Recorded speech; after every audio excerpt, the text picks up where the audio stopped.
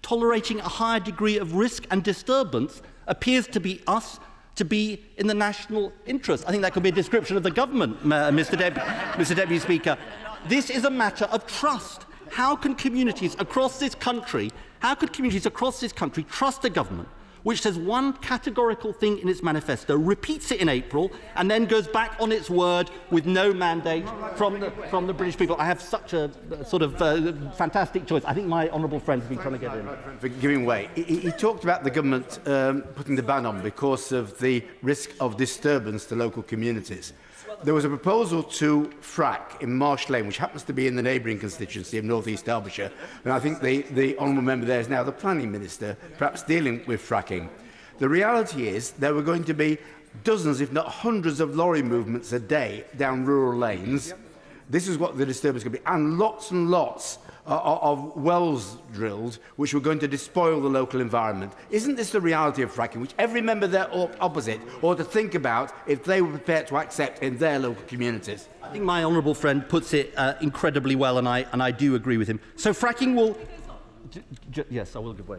He's very kind. I'm grateful. In terms of trust, he will know that the government set up this new consultation to determine what public consent is. Would he agree with me that it is a monstrous waste of time and money to try to determine something that doesn't exist? There is no local consent for this. The government itself, plenty of them, don't actually want it. If he really wants to know what consent is, why doesn't he have a general election? The honourable lady makes the point very well, and she anticipates the issue I'm going to come on to shortly. So fracking will not make a difference to bills, Mr. Deputy Speaker. We cannot be assured of its safety, and is a disastrous response to the climate crisis. The decision, I won't give way for the moment. The decision on fracking is particularly environmentally damaging, with emissions from fracking up to 50% higher than from conventional gas. And here is the point, Mr. Deputy Speaker. If every country follows the lead he suggests of extracting every last drop of their fossil fuel reserves, global temperatures to rise to over 3 degrees centigrade, spelling catastrophe for our children and grandchildren. I have to say, this should be patently obvious to anyone, not least the person in charge of fighting against the climate crisis. I won't give way. I want to make some progress because there are many people who want to speak. I want to come on to Mr. Deputy Speaker, to the crucial issue of what the public think. I suggest that the Business Secretary looks at the surveys conducted by his own department. 78% of the public support onshore wind, 83% tidal and offshore wind, 87% solar, but just 17% of people support fracking. Now suddenly, in a sign of desperation about how grossly unpopular and unwanted this policy is, they say they want to design a system of local consent. I don't know, I'm not going to give way for the moment. I don't know why he wants further evidence about what communities think. We already have the answer from the public. Fracking is deeply unpopular and communities don't want it.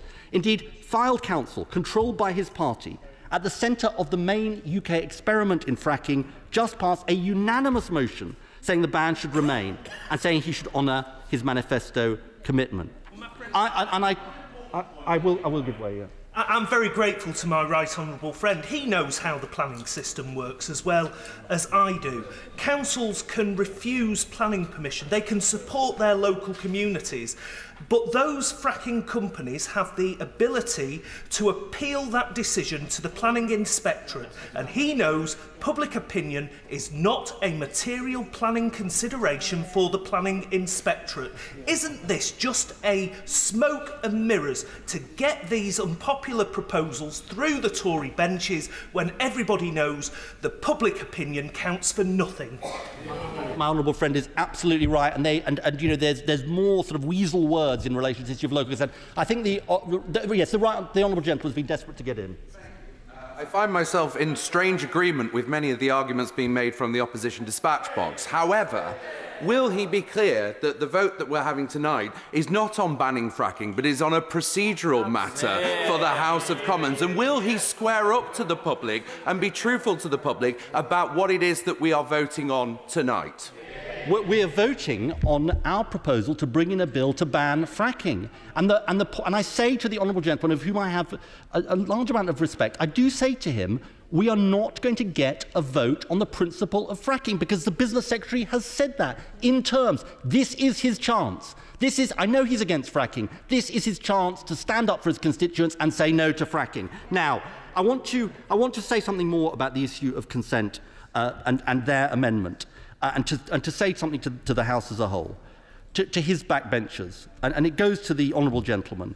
Don't fall for the government's weasel words in this debate. The way to stop fracking is to vote for our motion, and if they do not, their constituents will know they had the chance to stop fracking and refuse to do so. And I have to say, Mr. Deputy Speaker, we now discover this is not all they'll be voting for tonight, because the genius minds of the government whip's office are now seeking to turn a vote on this important issue into a vote of confidence in the current Prime Minister. Mr. Deputy Speaker, picture the scene. The government whip's office, confronted with a vote on fracking, one of the least popular causes in the country, the government falling apart around them. They could decide to retreat, but that would be yet another U-turn. They could concede a vote of this House on the fracking ban, but they would lose, and fracking would be dead.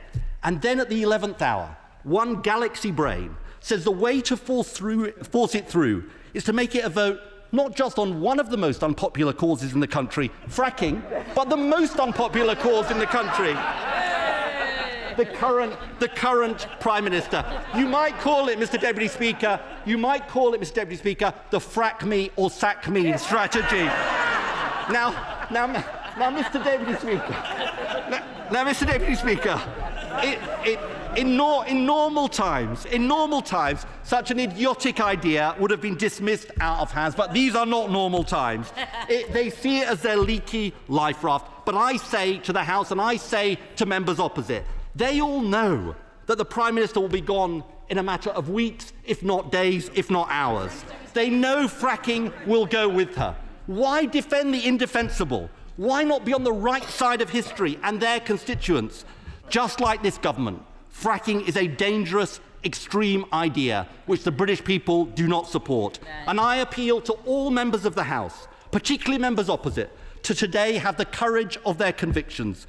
Today is a day when they can put their constituents before their party and vote to give this House the decision on a fracking ban. It's time to consign fracking to the dustbin of history.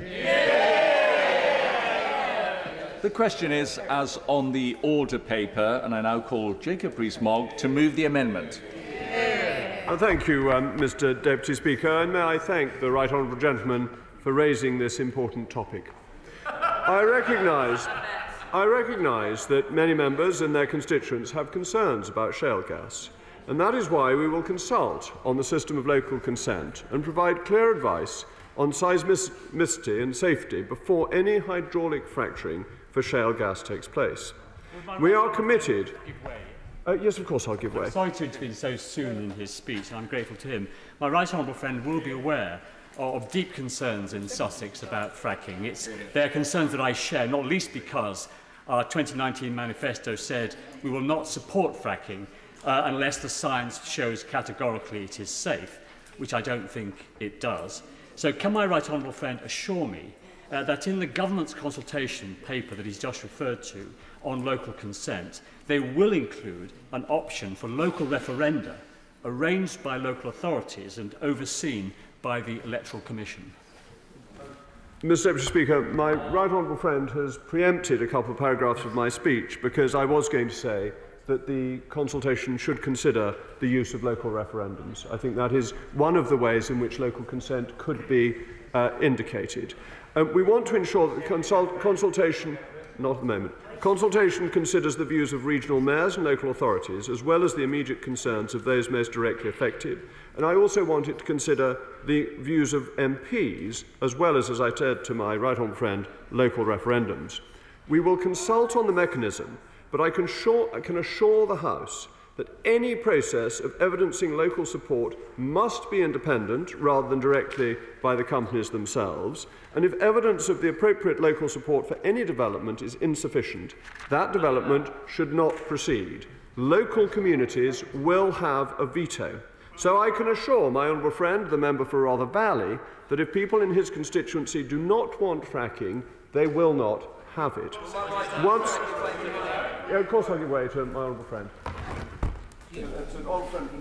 I'm very grateful to my right honourable friends for giving way. Could he just confirm, for clarity's sake, that the moratorium will remain in place whilst his process of consultation is agreed, and it will remain in place until it is approved by a positive vote in this place, following a debate and a vote on the floor of the House? And can you also confirm that the Government will indeed move its amendment today to a division, if time allows and the circumstances are created? I'm grateful to my honourable friend, and I would like to make it absolutely clear that we need local consent before anything happens. Let me be clear to my honourable friend from Dorset that once the consultation on the mechanism for ascertaining a community's view has been completed, the results will be brought to the House for approval, which I think he was also asking. If the House does not approve, does not approve, fracking could not go ahead. Even if the House were to approve a mechanism, local communities would still have to consent in accordance with the mechanism. So I reiterate, local communities will have a veto, and I give way to my honourable friend. Grateful to the Secretary of State. I want to take him back to the word unless in our manifesto, in where we said that we won't support fracking unless the science shows categorically it can be done safely. Will the Secretary of State confirm that the sense of that word is that we would need, at the very least, a new rapid evidence review about safety? So would the Secretary of State commit to that for the manifesto on which he and I were elected on? I'm very grateful to my honourable friend, and I think his suggestion is an eminently sensible one, to have a rapid review of the evidence. And how can I not give way to my neighbour from Somerset? I give way. I thank him for graciously giving way. And aside from the fact that my right honourable friend might want to clarify that actually this is a bit of a game, this debate, it's not exactly about fracking. If we are talking about fracking, to the previous point, scientific evidence and data is so critical. It's everything we base our policies on.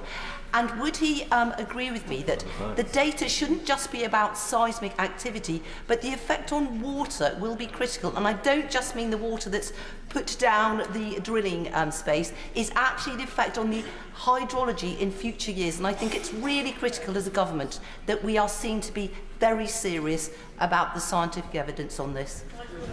I am grateful to my honourable friend on both counts. First of all, my honourable friend is right to say that trying to take control of the order paper is parliamentary interweaving rather than actually the substance of the debate. And actually, to take control of the order paper, people need to have won a majority in the election. That is how our system works. And I think the experience that we had in 2017 to 2019 proved how bad it is for Parliament when the order paper is messed around with. So I think that part is bad. On her point regarding water, I think my honourable friend is absolutely spot on. It is one of the keys to how things could be done safely, and we have to be certain that water, both the water used on site and water that may be near sites, will be safe. I think my honourable friend from Winchester wanted to intervene, and I would happily give way to him. That's very kind of the Secretary of State. I'm not concerned about the threat that local consent will go the wrong way in my constituency, because I don't believe for a minute my constituents would give consent to fracking in our area. But just further to an intervention that the Secretary of State had from the other side, well, the Shadow Secretary of State had from his own side, around the planning inspectorate. The Secretary of State says local people will have a veto over this. Can he just be clear, the planning inspectorate will not have a veto over local people? Yeah. Let me be absolutely clear. Local communities will have a veto. If it does not get local consent, then, and that will be consulted on as to what local consent form must be, but and that could be, as my honourable friend from Sussex asked, it may be by local referendum. That's what the consultation will be about. But if local consent is withheld, that is a veto, and it won't be overruled by national government. I'll give way once again to my... I'm grateful to the Secretary of State, who, in fairness to him, is trying to address the serious concerns that he knows exist on these benches, and I think many of us are grateful to him for that. What I think I heard him say in response, Mr. Deputy Speaker, to my earlier intervention, but I'd just like him to clarify, which is when he brings back this local consent process, tick box, programme, if the House votes against it, the moratorium on fracking, by its very definition, remains in place. Can you just confirm that for absolute clarity? I.e., today is not the end of the matter. my honourable friend is right, today is not the end of the matter, and that if the House were not to accept the local consent mechanism, then there would not be an ability for local communities to give consent, and that would mean the veto were in place. I see my right honourable friend from East Yorkshire wishes to intervene. I'm most grateful to my right honourable friend for giving way. He's being very generous. Isn't the neatest way of assessing local consent to take away the right of appeal to a planning inspector in these matters? And so the decision of the local planning authority is to be deemed the expression of local consent and is the final decision. I'm grateful to my right honourable friend. That's absolutely the purpose of the consultation, to see what form local consent ought to take. I'll give way to my honourable friend from Gloucester. I'm grateful to him. And it is absolutely true that the motion brought forward by the opposition, of course, does not reflect what's in our manifesto, because it calls on the government to introduce a ban on hydraulic fracking, followed by 3.5 pages of procedural stuff, which is what it's really about. Whereas what our manifesto says is to introduce a moratorium. The question for the Secretary of State, however, is that in his letter to us, he says, with time, we will gain more understanding of how we can best develop this potentially very substantial UK asset. Can I put it to him that the question is, with time, we will gain more understanding of whether we should best develop this potential asset? Does he agree with me, and would he accept that? I'm grateful to my honourable friend. We are not preempting local consent in the letter that I sent out, so he is right. I think the time has come for me to return to my text, at least for a moment or two. I do understand, as we have discussed, the concerns that people have about the safety of hydraulic fracturing.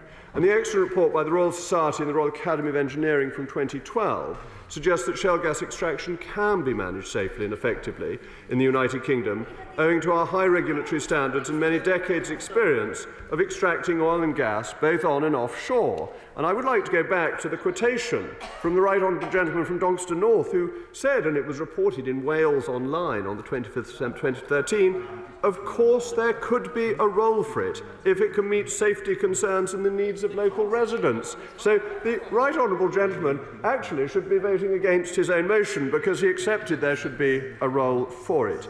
Now, the government is absolutely determined to build our energy security. At a time where energy costs are a worry for many, I can say that we are starting from a tolerably good place. The United Kingdom is blessed with a healthy mix of different sources of energy, including a strong wind resource, one of the few significant oil and gas reserves in Europe, several gas import terminals, and a well-managed electricity network. We have also made strong progress in building new renewable electricity generation, like offshore wind, and a plan to accelerate this further, while also developing new nuclear capacity. However, we cannot escape the fact that we are a nation with a structural reliance on gas, even though we will be reducing our reliance on gas on the way to net zero. Indeed, we may be using just a quarter of the gas we now use by 2050. Gas will remain the essential transition fuel. And this may have been out of sight and out of mind for some years. Maybe we were not sufficiently prepared, but we must not take our local gas supplies for granted, because this year the energy world changed. Putin's war against Ukraine and the weaponizing of gas supply to Europe has cut off a major source of supply to the European markets that we are connected to, and has ignited a global rush for gas resources. So while there is no immediate threat to UK supply, we cannot let our domestic production fade away and end up ever more reliant on imports. No responsible government would gamble with the gas supply. This is why, in the near term, our priority is keeping our domestic production online. The North Sea Transition Authority has launched the 33rd oil and gas licensing round, which is expected to deliver over 100 new licenses and put more UK gas on the grid. And this is why what we're discussing to make the most of our shale gas resources. Of course, I can wait, honourable gentleman. Mr. Deputy Speaker, I always try to be helpful in this place. The way out of this dilemma, if you like, is of course green hydrogen. And I repeat what I said some days ago in this place. There are advanced plans in my constituency, the north of Scotland, to generate 50 megawatts of energy, and shortly they'll go up to 300 megawatts. I again invite Her Majesty's Government to come and see our plans. It will be helpful to all concerned. Mr. Deputy Speaker, the honourable gentleman's intervention is indeed helpful. I think green hydrogen is one of the most exciting technologies, and I am very enthusiastic about the opportunities there. I'll give way to the honourable gentleman. Does the Minister share my bemusement at some of the arguments we made here today, that we know we're going to need gas, we know we're going to spend billions of pounds importing gas from regimes which we can't depend upon, and we know that we have gas in the north of England which could generate thousands of jobs and give us the security of our own supply. What's not to like about that? I'm grateful to the honourable gentleman who puts his thoughts with classic cogency. Not at the moment. The government remains committed to net zero by 2050. It is how we reach it without putting our energy security at risk. The honourable gentleman always wants to intervene on every point, and he always says on this point, so it's hard to believe that he really is on this point. But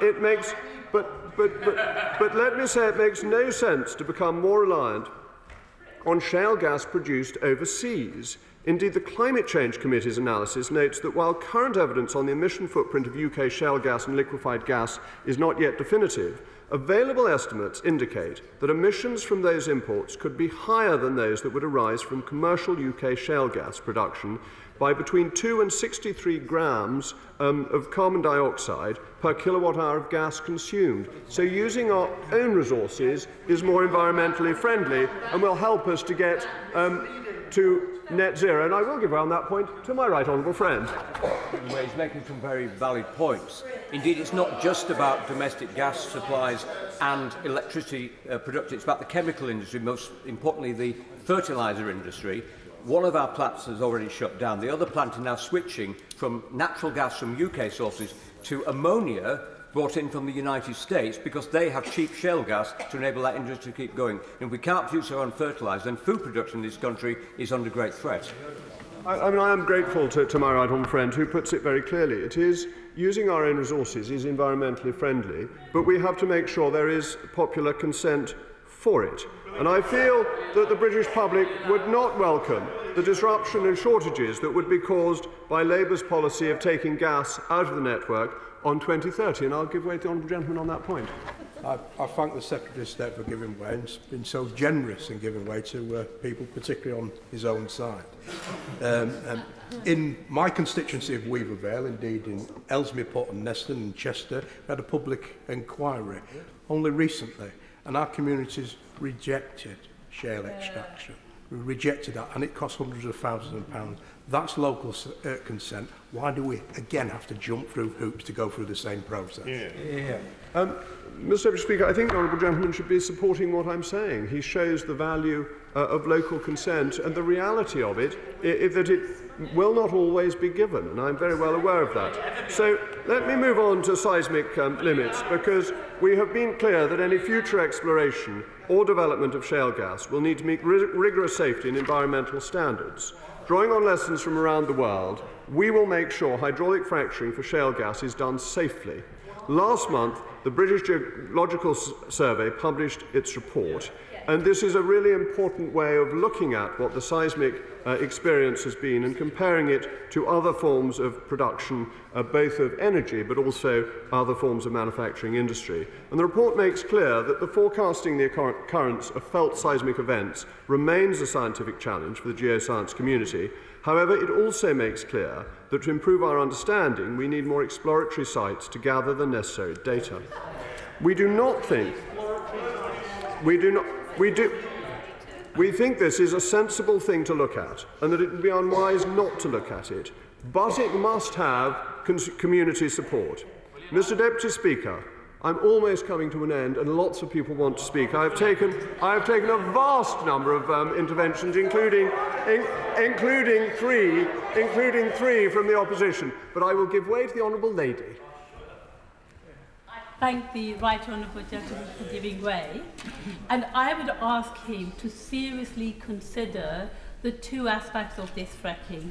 One is that it is unsafe in a country like United Kingdom, which has a very small landmass and much population. And it might be safe somewhere where there's thousands and thousands of miles of barren land, but not in a country like ours. And secondly, does he really want to see these hydraulic, disgusting applications and buildings across our beautiful country? I'm grateful to the Honourable Lady, and she is always a great contributor to this House, and she is right to raise the issue of safety, which will be fundamental to any proposal for the extraction of shale gas. So, Mr. Deputy Speaker, the world has changed, and our energy policy needs to recognise this. This government will make the difficult but necessary decisions to secure the nation's energy supply. Exploring our potentially substantial shale gas reserves is potentially an important part of this. But this must not be looked at in isolation. This is why we are exploring all avenues available to us, including solar, wind and nuclear. But we cannot ignore the importance of local gas production. However, Mr. Deputy Speaker, let me reiterate the commitment, and I reiterate this particularly to my honourable and right honourable friends, that there is an absolute local consent lock. Any process to determine local consent must be run independently, and this House will vote on any scheme that we bring forward. The original question was as on the order paper, since when Amendment A is being proposed as on the order paper. The question is that the original words stand part of the question. Alan Brown. Thank you, Mr Deputy Speaker. Now, given that the licensing of fracking and the planning process has evolved, I wasn't initially planning to participate in this debate, but given that the government has actually effectively made this a motion of confidence in the government, then it's only right that we participate and then outline the thoughts of the SNP. And no matter what the official government line is, the chair of the Public Administration Constitutional Affairs Committee earlier on confirmed that the Tory government is making this a vote of confidence in their own government. So that was clear. So while I do oppose fracking, and the SNP government has ruled out fracking in Scotland and introduced an effective ban on it, so I do agree fully with the motion in that respect. It's not for us to impose our views on what happens in England, but given that is a vote of confidence in the government, then we'll be voting for the motion to show that we've got no confidence in this utter shambles of a Tory government. Now, we've already heard interventions from Tory MPs on the Shadow Secretary, where they're saying how they're opposed to fracking and they want to represent their views of the constituents who oppose fracking. But they're going to vote for the government amendment. They're going to want to vote against the motion. So that makes no sense. If they've got any backbone, I would urge them to vote for a ban on fracking. Yeah, I'll give way. Thank you. I'm grateful to him because the SNP are huge champions of local democracy. And therefore, does he accept that actually, if a local council were to support the idea of fracking, that does represent local consent? And does he agree that that should be the crucial issue involved, the support of the local council?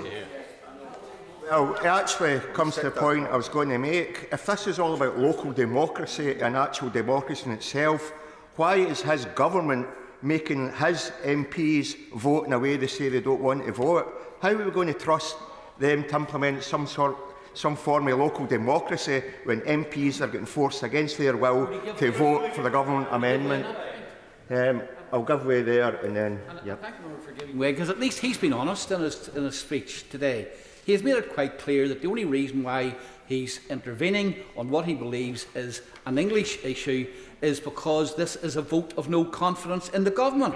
And surely he understands, therefore, why this ceases to be a debate about local democracy, where we get our gas from. This is all about a bit of political playing by the opposition. The political playing's with them over there. They're the one that's made it a vote of confidence in the government, and they're the ones making their MPs vote in the way they say they don't want to vote. So it's not the opposition that's playing games. It's that lot over there. I'll quickly give way there, and then I'll make progress. Member for giving way. I was a Lancashire County Council when this first came to Council 7 years ago. It was rejected then and overruled by the planning inspector. Since then, the public don't want it. Councils don't want it. His own backbenchers don't want it. In fact, I believe the leader of the Secretary of State's own council doesn't want it. Ministers also don't want it, apart from in their own backyard. Who actually wants fracking? So I can't think of anybody. It's a good question, and that's more one for the Secretary to advance. It's quite clear that the new DE Secretary is in favour of it, and he's imposing his will on the rest of his party. Right, I'll quickly give way and then move on. For giving way. What I would gently say to opposition members is many of us, and we've heard from a number of colleagues here, do not support fracking. And if they want to win the hearts and minds, the way to do it isn't by political games and stunts like this. To introduce a bill, there is no way that we can support the opposition taking control of the order paper. If they want to be serious about fracking, let's have a serious debate on fracking. When the government brings forward that motion, we will be able to vote whether we support fracking or not. The way to do it is not to hijack the order paper and play political games with this. I've got news for all member. If she votes for the amendment, she's voting for the principle of fracking, no matter how she dresses that up. You can't convince yourself otherwise. And then, Mr Deputy Speaker, if we return... The honourable gentleman said that anyone who votes with the government amendment is voting for fracking. That is not correct. As he and as you know, Mr Deputy Speaker, a vote for the government amendment is to vote for the Secretary of State to bring back a definition of local consent for this House to vote on before any fracking can conceivably move forward. Would it be possible for you, sir, from the Chair, to advise the honourable gentleman of what the truth of the matter is? Right, let's hope there's no more devices like that. That clearly isn't a point of order for the Chair, but he's made his view known and it is on the record. Thank you, Mr Deputy Speaker. It's great hearing how the Tory backbenchers are tying themselves in knots and arguing about why they're voting for the principle of fracking.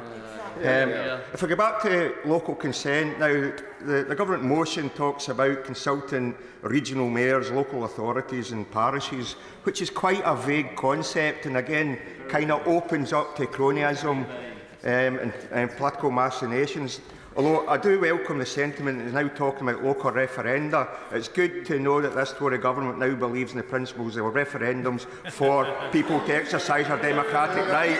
And I look forward to Scotland being able to implement that next year. So I do welcome that Damascus conversion. Now, Mr Deputy Speaker, the Tory government's newfound enthusiasm for shale gas, of course, isn't actually based on credible evidence.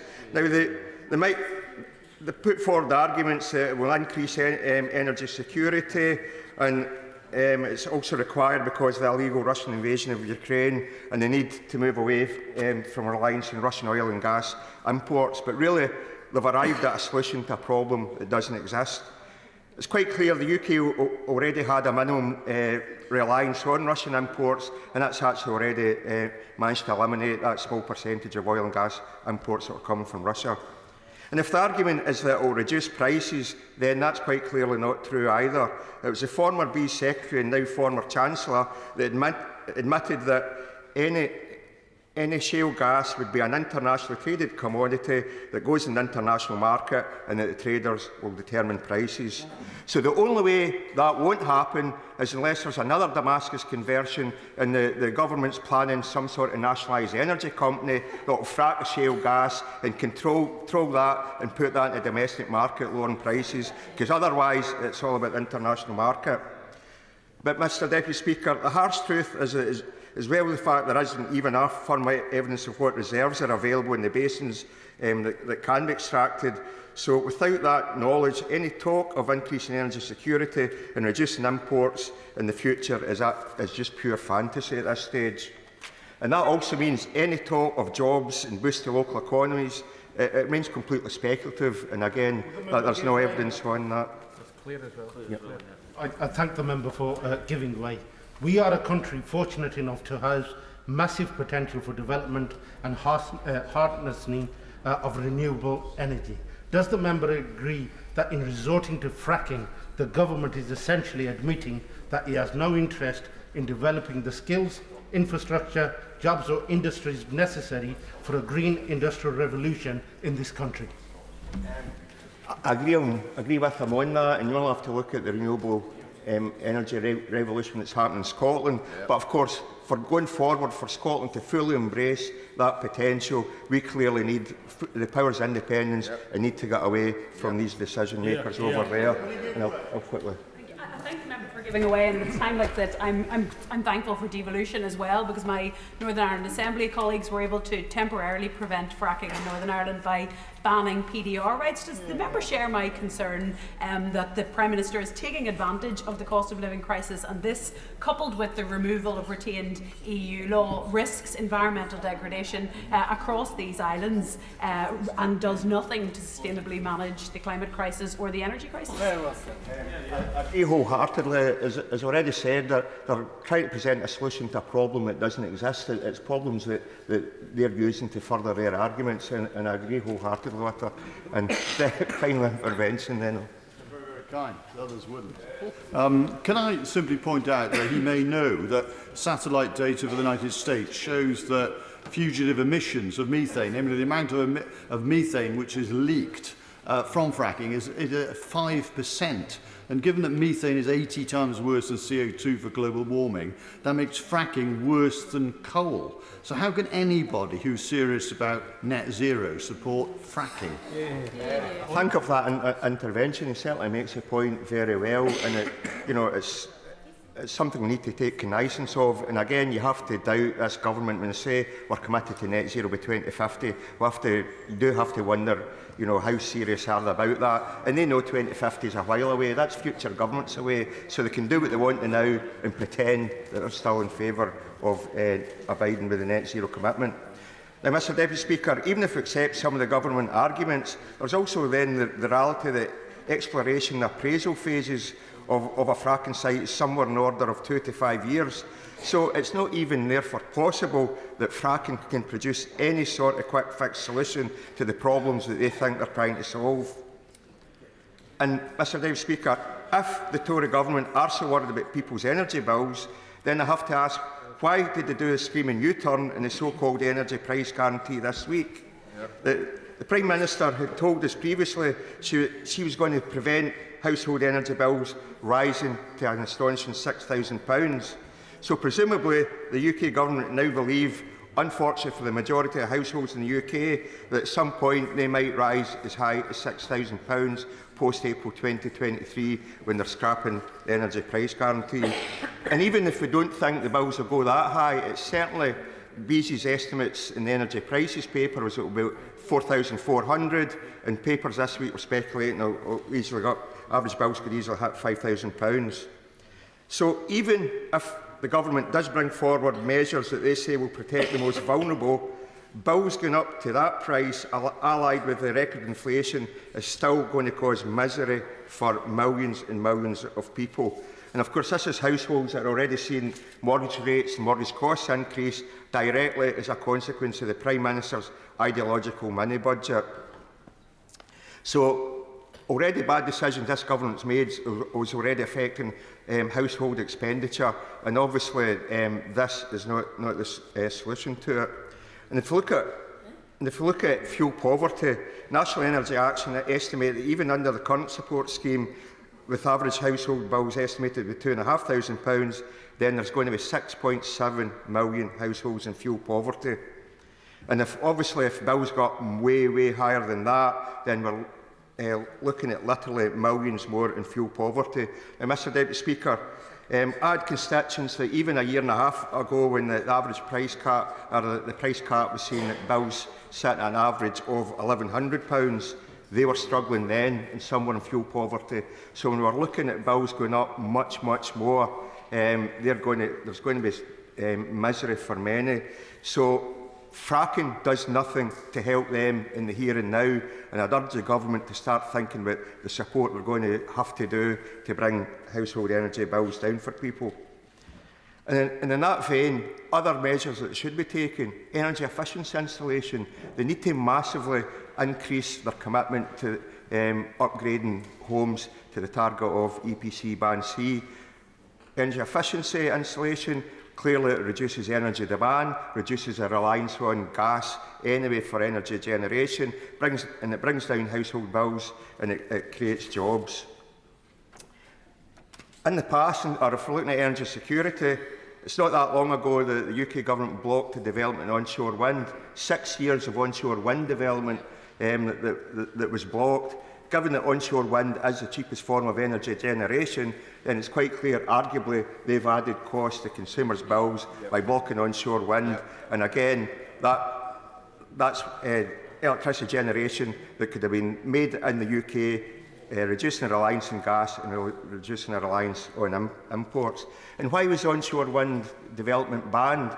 Well, that was because there were some loud Tory backbenchers who were against wind turbines, and they used that and some voices in the community to argue that local consent was not there for the provision of wind turbines. Of course, that was just using a few people to distort local democracy, and it was actually local democracy in reverse, Mr Deputy Speaker, because by overturning onshore wind right across the UK, that was imposing the view of a few people in the shires and the rest of the UK, making energy more expensive for the rest of us. Would you give way? Very briefly.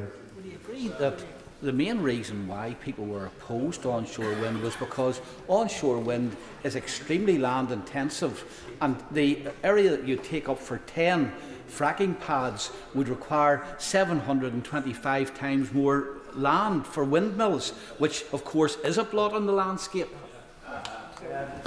I thank him for that intervention and proving where he is in the whole climate change denial aspect. I think most people, well, it's actually studies show time and time again, studies and surveys show people are in favour of onshore wind. So, and we know people are against fracking, so his argument's completely at odds with what the public thinks and probably what his own constituents think. Now, on energy security and further reducing reliance on gas, the government needs to bring forward a pricing mechanism for pump storage hydro. That's one way to meet peak dispatchable energy to hit peak demand. And SSE have already got all the permissions in place. We've got the funding there to be able to build the Corrie Glass scheme in the Highlands. All that is needed is a funding mechanism. Now, his predecessor actually said at the Bees Committee an evidence session that hadn't agreed a pricing mechanism, wasn't doing anything on it because it was a predominantly Scottish technology. So I'd urge the new Secretary to go over that mindset and realise that pump storage hydro is for the good of the grid and it's for the good of the UK as a whole. Was that Honourable McGowan? We're part of the grid, I'm afraid. Right, hurry up. Yep. Of course, the bit of the jigsaw, and this has been helpful to both the Scottish Government and the UK Government, is floating offshore wind production. We have the skills in Scotland in all parts of fabrication. We built some of the mightiest oil platforms ever built. So surely that is the way forward.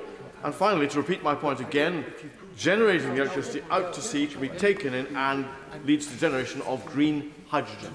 I agree wholeheartedly with him, and I recommend he reads this report by Landfall Strategy, which actually illustrates that Scotland could have 385,000 jobs created in the future with by developing a green hydrogen strategy, and certainly that would certainly benefit his constituency. And I've been up to the Porteenig, and it's fantastic to see what their plans are for the future. Mr Deputy Speaker, it's quite clear then there's so much more the government can do. Fracking is not required and it's not the actual answer going forward to reduce people's energy bills. It certainly won't do anything to help transition to net zero. We know it's opposed by the majority of the public, and it seems it is just a few people in this government that's trying to force their will in the rest of Parliament and possibly on these communities. I thank the honourable gentleman for giving way. The right honourable member for North East Somerset has brought to the House a proposal.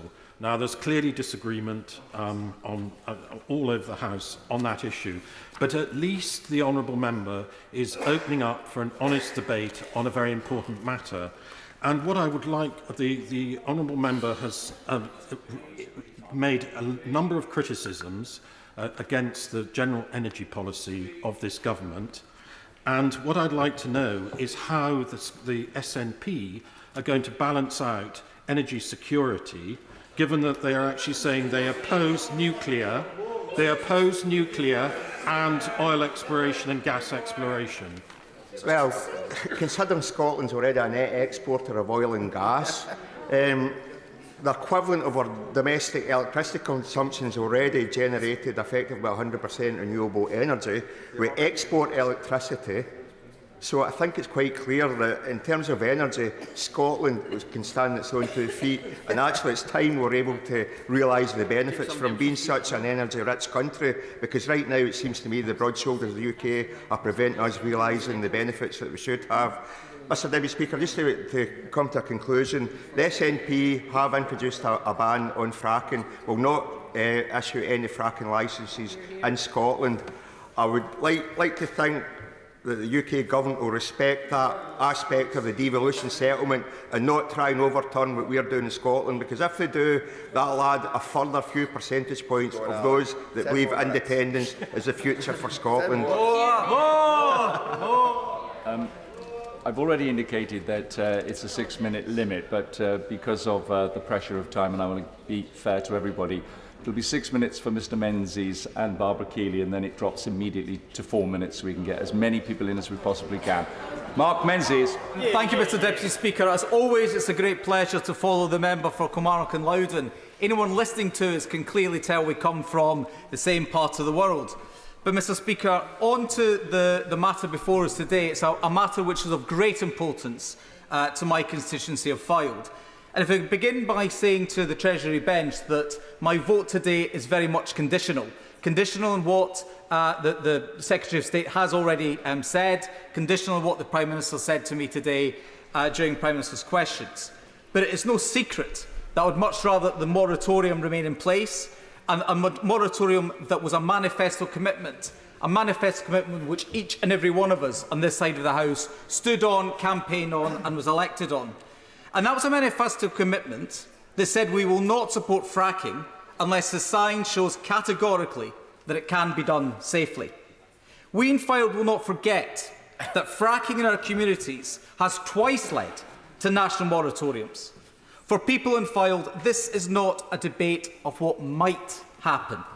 It's about not repeating events that have happened, events that have impacted on our countryside, our people, our homes, our communities. I continue, and I always have, to take an evidence-based approach. But the geology has not changed, nor has the science. The industry has had more than a decade to show that fracking can be carried out safely in Fylde. Every time they have tried, the same thing has happened. We cannot keep doing the same thing and hope for a different outcome. The 2019 seismic events proved this. The only conclusion on evidence that I can reach is that Fylde and its geology remain wholly unsuitable for fracking.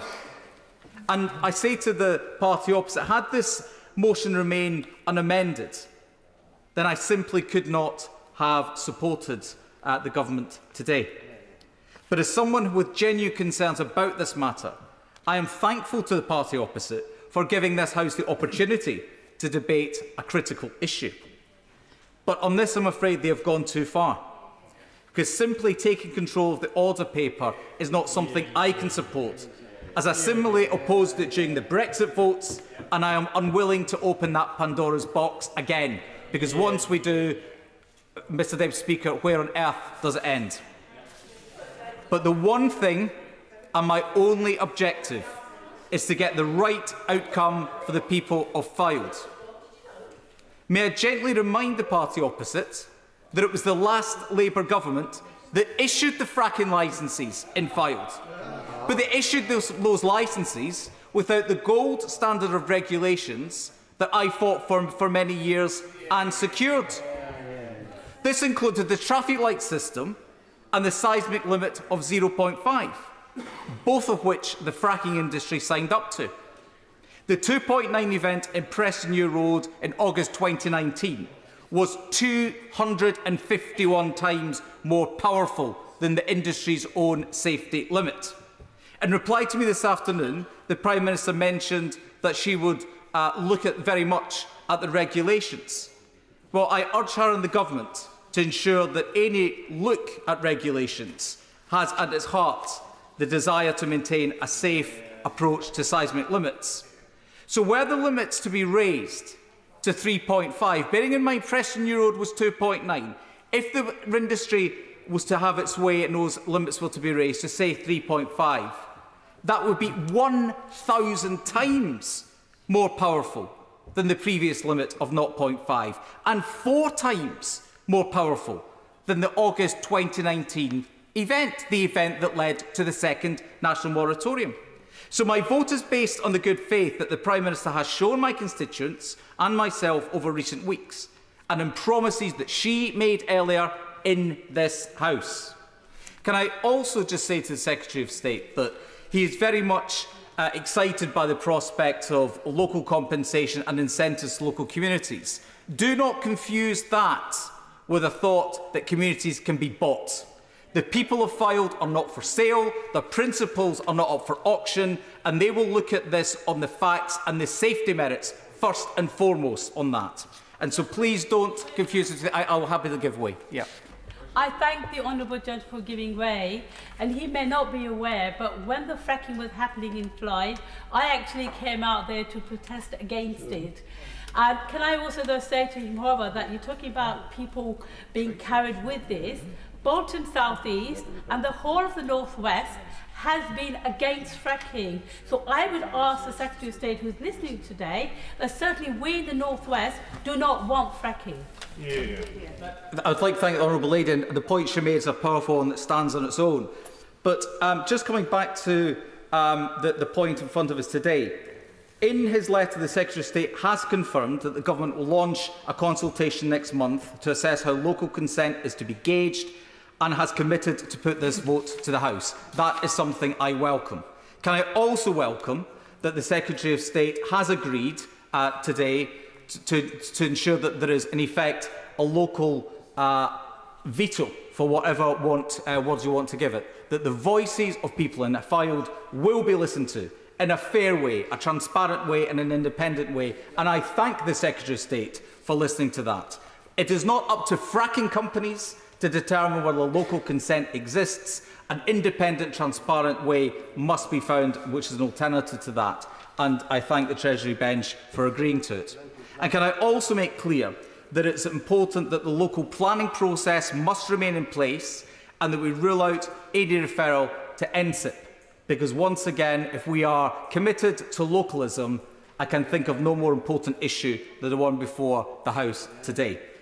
But ultimately, I am able to vote for this amendment because I believe that people of Fylde share my conviction that the answer for our communities is no to fracking.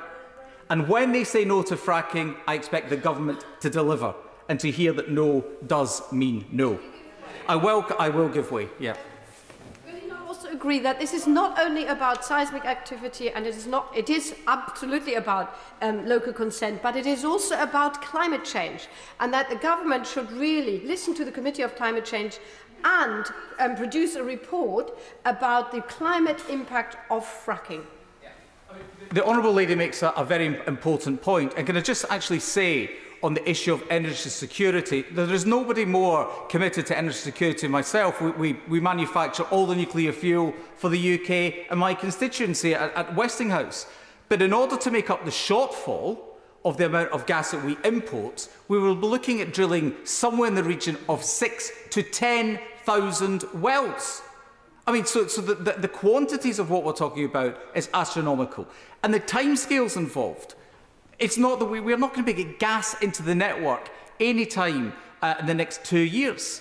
There is no infrastructure to get the gas from these wells into the grid. Or the alternative is you build gas-fired power stations in order to turn it into electricity and feed it in through wires. Again, the timescales involved just simply don't exist. So the energy security argument, important though it is, doesn't even stack up in the timescales that the Government is talking about. So to conclude, Mr Deputy Speaker, I welcome the fair, transparent and meaningful consultation that both the Prime Minister and my honourable friend, the Secretary of State, is committed to today. That gives the people of Fylde the opportunity to reject fracking, but more importantly, it gives the people of Fylde an opportunity to have their voice heard. Thank you. Much. Point of order, Yvette Cooper. Mr Deputy Speaker, the Home Secretary has been sacked or resigned this afternoon. This is utter chaos. The Prime Minister appears to have appointed and sacked both the Chancellor and a Home Secretary, two of the great offices of state, in the space of 6 weeks. This is no way to run a government. Mr Deputy Speaker, have you had any indication from the Prime Minister that she will come to this House to answer questions from this? The Home Secretary, the former Home Secretary, the Right Honourable Member for Fareham, says in her resignation letter that she sent an official document draft, written ministerial statement on migration from her personal email, which she says was due for publication and was against the rules. It raises huge questions about why a Home Secretary who was responsible for security was breaching basic rules. There are also rumours that, in fact, this statement on migration she refers to had not been agreed across the government, that there were major disagreements and that this had been blocked by the Chancellor.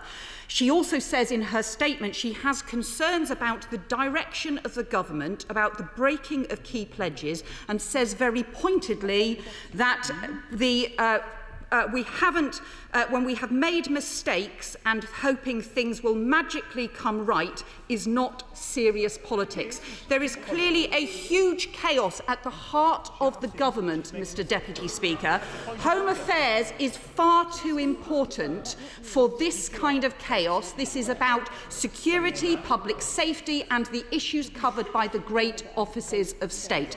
Given that the government seems to just be imploding, Deputy Speaker, we clearly need not simply a change of Home Secretary, but a change of government. Can we get a statement to this House? I'd like to thank the Right Honourable Lady for her point of order and her advance notice of it. I was made aware of the departure of the Home Secretary in the usual way, but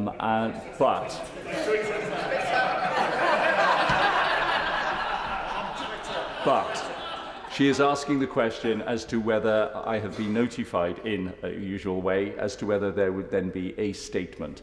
I have not been notified as such, but should the situation change, then members will be notified via the Annunciator and other means. So, as it stands at this moment, there are no statements to be made today. We're still on the 6-minute limit, and then we drop to 4 minutes. Barbara Keeley.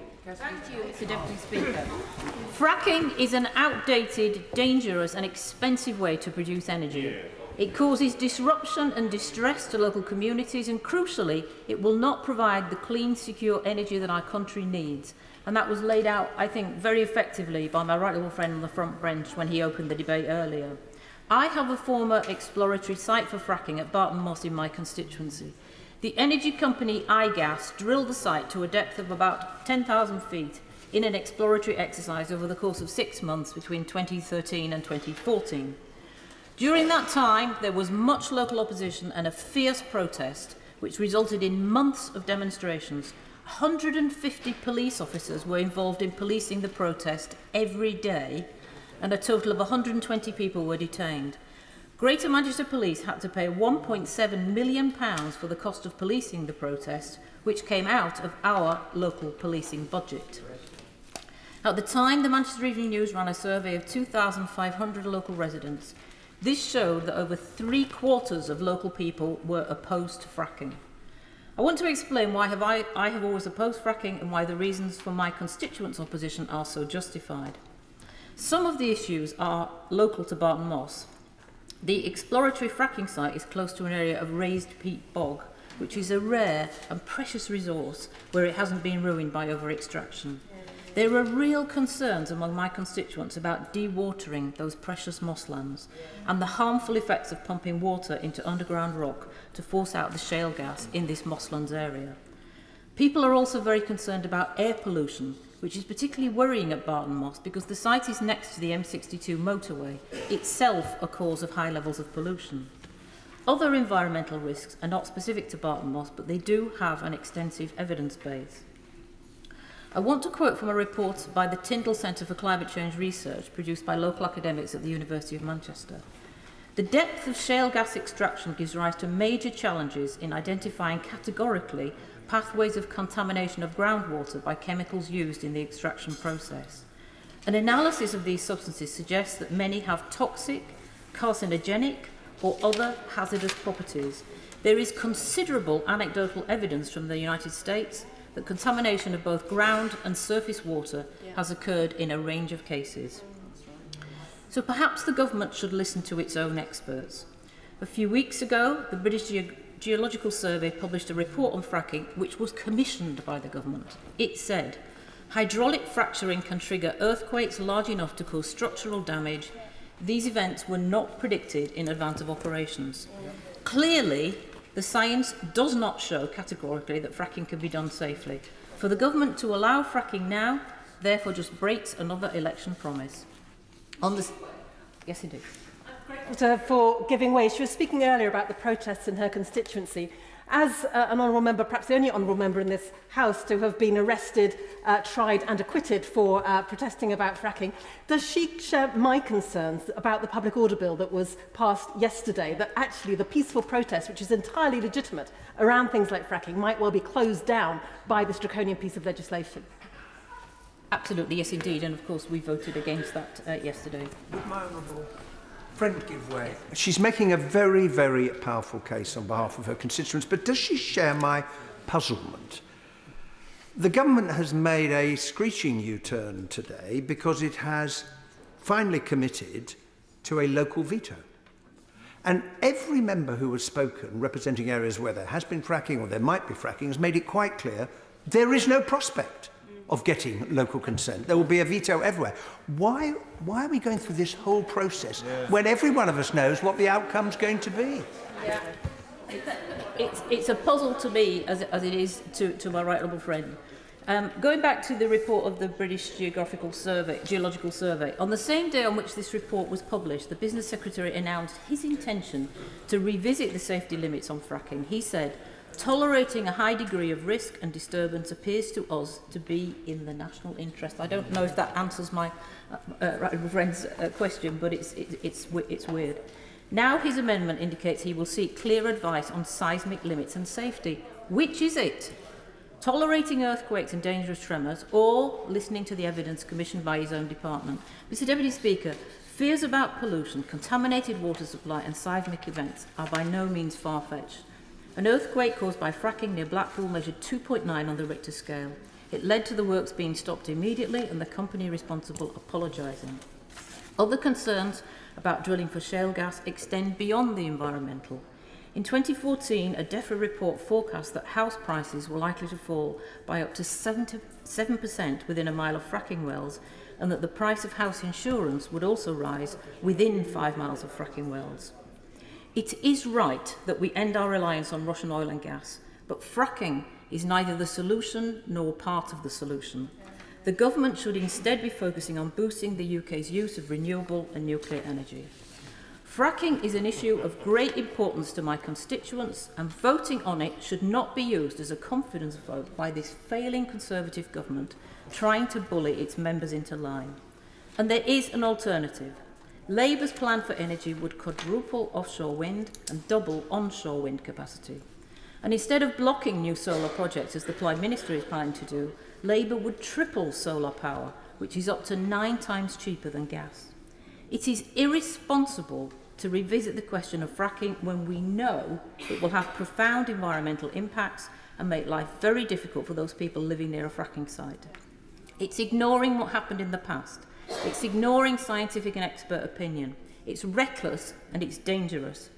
The flimsy measures in the government's amendment to today's motion are another case of moving the goalposts to achieve their own aims.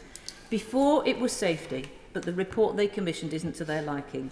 Now it's about consent. But the Secretary of State should know that we already have a robust system of local consent. It's called listening. I know my constituents don't want fracking because they have made it very clear indeed. So when, Mr Deputy Speaker, I ask, will the Government respect the evidence, respect the experts and the public, and finally put this threat of this awful process of fracking to rest? Moving to 4 minutes, Craig McKinley. Mr Deputy Speaker, now, we often wonder why we're not taken very seriously in this House. And I'll tell you why. We're in the depths of an energy crisis. We have shown ourselves being too reliant, Europe as a whole, on a dictator who has been conducting an illegal war, and the problems have come home to roost. And here we are, speaking about trying to ban a source of domestic energy while we are short of it. And we wonder why people out there think we are stark staring mad. We are crazy. But of course, today's debate isn't about fracking. It isn't about fracking at all. It's about taking control of the order paper. And we saw that before, during the height of the Brexit wars. My dear friend sitting opposite was part of that. Nuisances. But I'm really sorry that the member for Doncaster North isn't in his place, because I did try and intervene on him. He didn't show me that courtesy. If he'd been in his place, I'd have shown him the courtesy now. Because there are a couple of things that I think need to be said. It's been raised here that it will make no difference to the price of gas. Now, I don't know about anybody else in this House, but when I did O-level economics, the first week, no, probably the first lesson, it said if you put more of a supply of something into a system, the price tends to come down. Sure. Does it? But further than that, even if Labour economics are true, that the price will not change, would one rather spend tens of billions of pounds per year on foreign imported LNG, even at a high price, or would we rather be spending that money at home? I think that's a very clear decision. I would refer no, I won't give away. I haven't got time today, and others haven't done it for me. I will get Madam, please, yes, do. It gives me another minute. Thank you. I thank him for giving way. Has he not listened to his own colleague? That actually it will take at least 2 years to get any fracking going. And secondly, that his own colleague, when he was still the base secretary, said only a few weeks ago that no amount of fracked fuel in this country will make a difference to the global gas market because the quantities are too small. Hurrah! Well, I thank the Liberal Democrat member for being on her feet for that point, because I do remember a former leader of the Liberal Democrats saying about 12 years ago, what is the point in nuclear, because it will take about 11 or 12 years to get it on stream.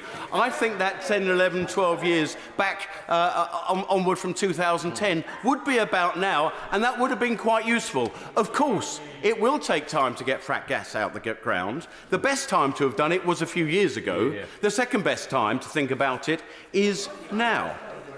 I would refer members to a House of Commons Library report dated 14th of January of this year, and it's called the Energy Price Crunch. As ever, House of Commons Library reports are excellent, but this one was very clear. Table 4.2, it has a very easy chart, and let me describe it to members. It has the output of UK-produced gas from the North Sea, and that peaked at around 2004. Where we were net exporters of gas. Since then to now, we are actually using only about 75% of that peak use that we once used in the country. That may be for many reasons. We may have better insulated houses. That's to the good. I feel pretty sure one of the main reasons is that any high energy intensive business has simply offshored somewhere else, but let's just put that aside. What has happened really distinctly is we are now only producing a third of what we did at peak. So we're using 25% less, and we are producing only a third of what we once did. Where do you think that gap is coming from? That gap is coming from international resources.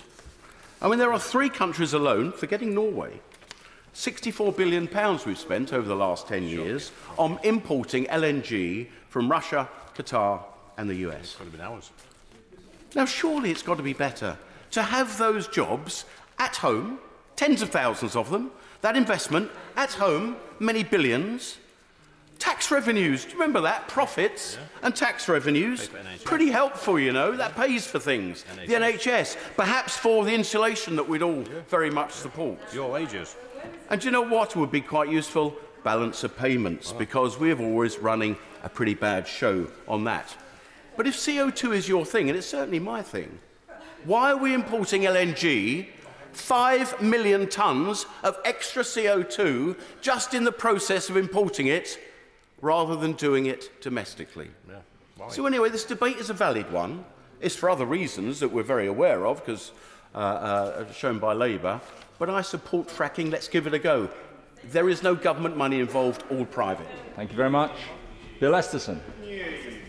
Lancashire County Council's ecology advisor described Aurora's assessment of earthquake risk at the Altcar Moss fracking site as superficial, outdated and not justified. Well, my constituents nearby in Formby agree with the ecology advisor because their houses shook when tests were carried out. And my constituents have been saying for years that the Conservative plan is a charter for earthquakes, because that's been their experience as elsewhere nearby in Lancashire. Conservative MPs stood on a manifesto which said, "We will not support fracking unless the science shows categorically it is safe." Changing the safety threshold doesn't change the level of risk. And changing the safety threshold when the science hasn't changed won't convince my constituents or people across the country either. I can tell the government that people in Sefton and in West Lancashire are not going to support fracking, and if the government think they can manipulate fake consent, people simply won't be fooled. And as for the impact on the environment, the Environment Agency says contamination of groundwater has not been addressed by fracking companies. Natural England say that fracking applicants haven't produced evidence that their plans would have no significant effect on wildlife either. Turning then to the government's claims. First, the gas price. Fracking won't help because the price is set by on the European market. Second, the immediate challenge of supply. Fracking will take time to produce gas, even if the government chooses to ignore local people. It won't deliver in the short term. Third, climate. Producing more fossil fuels is just going to make the climate crisis worse.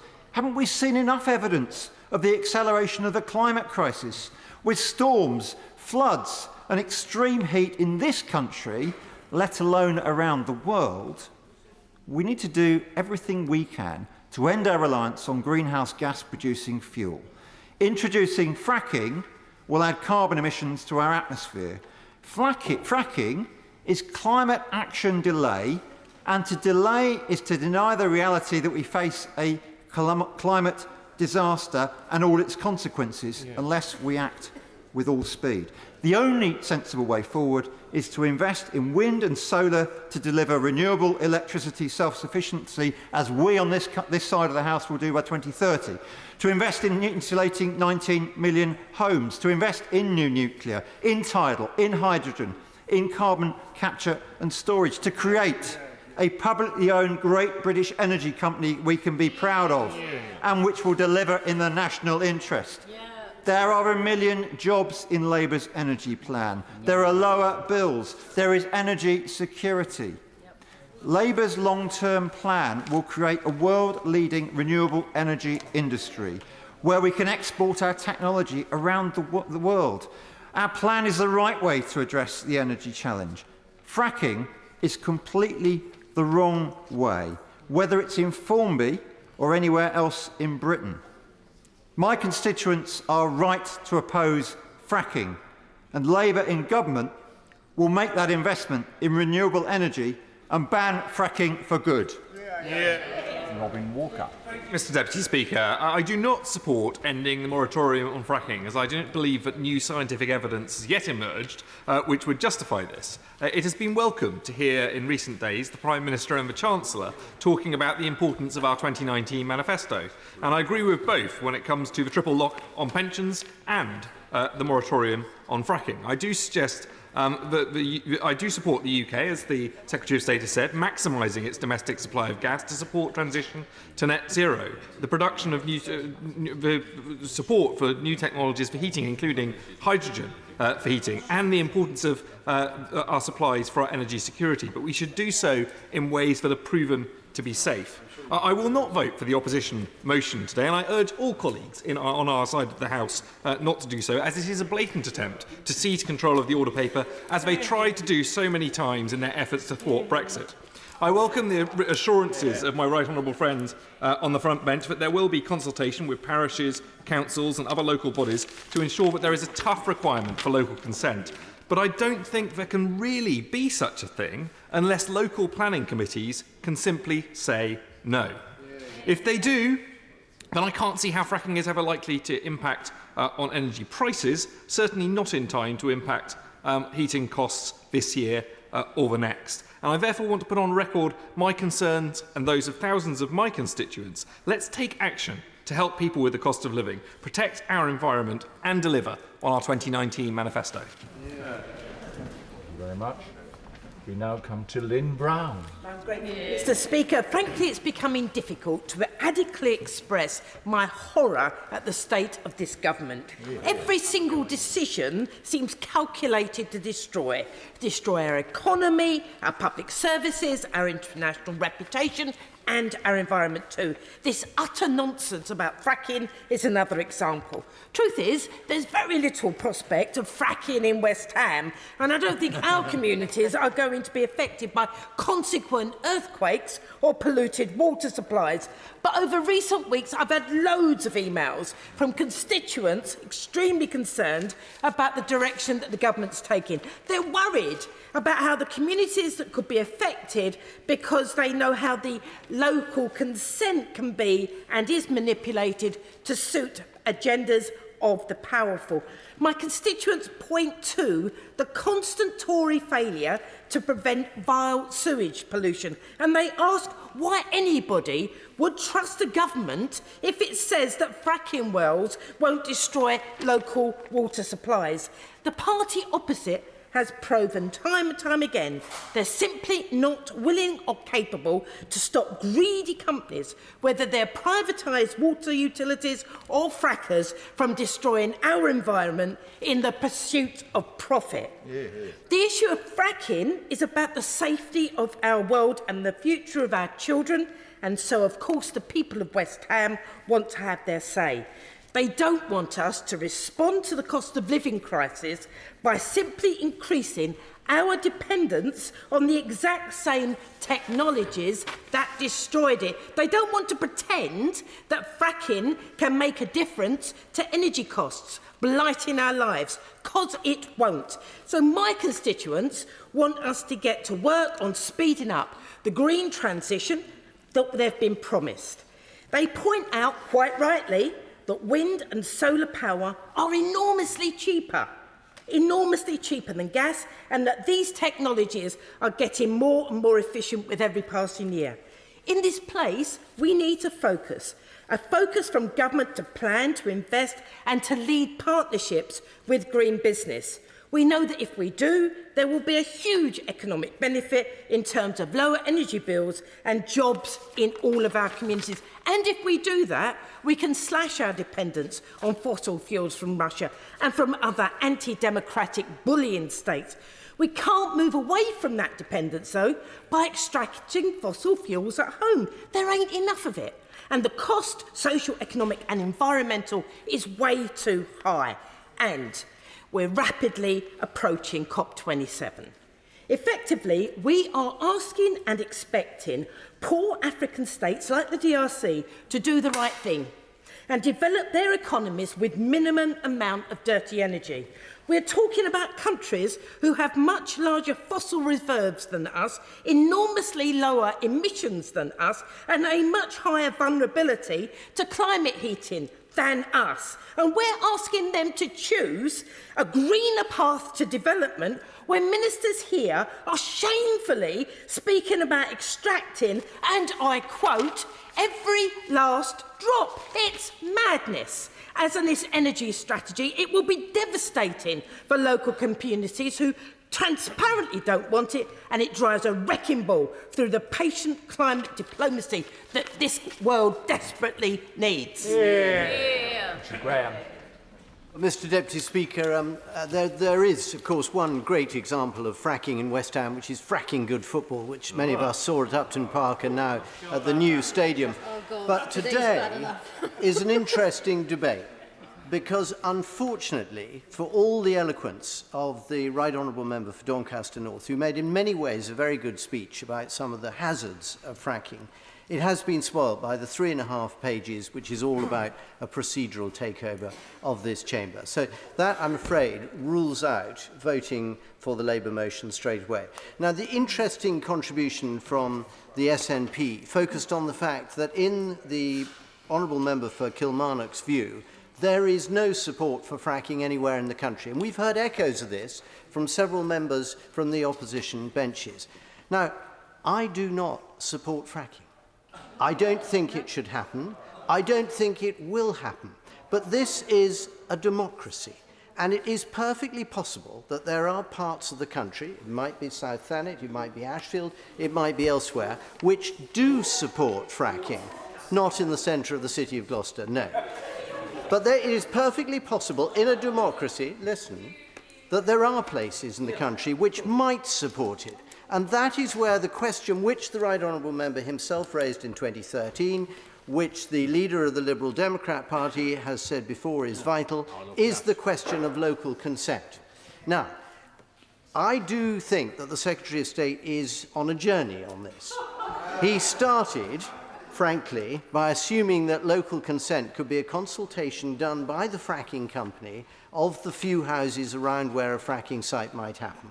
That was clearly not sustainable. It's clearly not genuine consultation. It clearly does not take into account enough views. My own view, for what it's worth, is that the two crucial elements of local consent, which I hope he will bring back to the House after his consultation, is firstly, local planning control, not by the Inspectorate nationally, and secondly, and this is also, I think, important in terms of local consent, a recognition that local councils are the expression of local democracy. That is absolutely at the core of compassionate conservative values, and I think shared by many people across the House, and that vote by a full council is the most important part. With those two considerations, and I hope the party managers are listening, a free vote on the floor of the House, the party managers are talking amongst themselves, but I hope they're listening, a free vote when the local consent definition comes back to this House will give everyone here the absolute confidence that there will be no fracking in any constituency unless there is absolute local support. And that is the crucial question today. I give way, of course. Mr Deputy Speaker, for the interest of the House, I'm very sorry that there are no members of the Scottish National Party with us just now. It is a fact that where councils in Scotland make a planning decision, for instance to refuse a wind farm application, it is quite frequently overturned by the Scottish Government. So the rhetoric about local power can be hollow. The Honourable Member makes a very good point, and it's disappointing in a way that members of this House from the SNP are not here to hear that point, because they're huge supporters, in theory, of renewable energy. And can I just very quickly answer the point on renewable energy, because there is a great deal that the Secretary of State has said and written, not least in a very good article in The Guardian a week ago, about renewable energy, which is excellent. And we would all get behind. So would all, I suspect, members of the opposition parties. I would love him to do more. Hold on one second. I'd love him to do more on supporting tidal lagoons, which could have been done by now in Swansea. They seemed expensive at the time. They seem very good value now. There is a lot more that can be done on marine energy, which contributes to base load. And there are lots of other things, rules on onshore, floating offshore, you name it. All of those, he is absolutely on the right track, and so is this government. And members and the wider public should recognise this. This government is doing a huge amount on renewables. But this question of local consent on fracking is critical. Can I give way first to my honourable friend and then to Dalton? I'm obliged to him for giving way. He's very generous to do so. Would not the answer to the question being put to him by the Liberal Democrats be my suggestion earlier, that one removes the right to appeal to an inspector in fracking applications and allows the local planning authority to be the final determinant of it. Well, he's absolutely right. I mean, so often Yorkshiremen are right, aren't they? The Minister knows all about that. But the key thing is that local planning approval should be absolutely at the heart of the definition of local concern. I give way to my honourable friend. I'm grateful to my honourable friend, and it will be brief. The Secretary of State used the word veto, not objection, it was a veto. So there's no business of appeals or anything else, because if the local community veto it, it's dead, strangled, kaput. Well, I think we're all broadly in agreement on that. I hope the ministers are in listening mode on this. I do think that the perfect solution would have been to get back to the 2019 manifesto, which the Prime Minister's urged us to do in so many instances, and therefore to have got back to the moratorium that we were at. That was a settled position. The whole country accepted it. But nonetheless, I recognise there are some colleagues who think there may be virtue, and as the Secretary of State likes to say, his 9-word mantra, everything has changed because of Putin's invasion of Ukraine.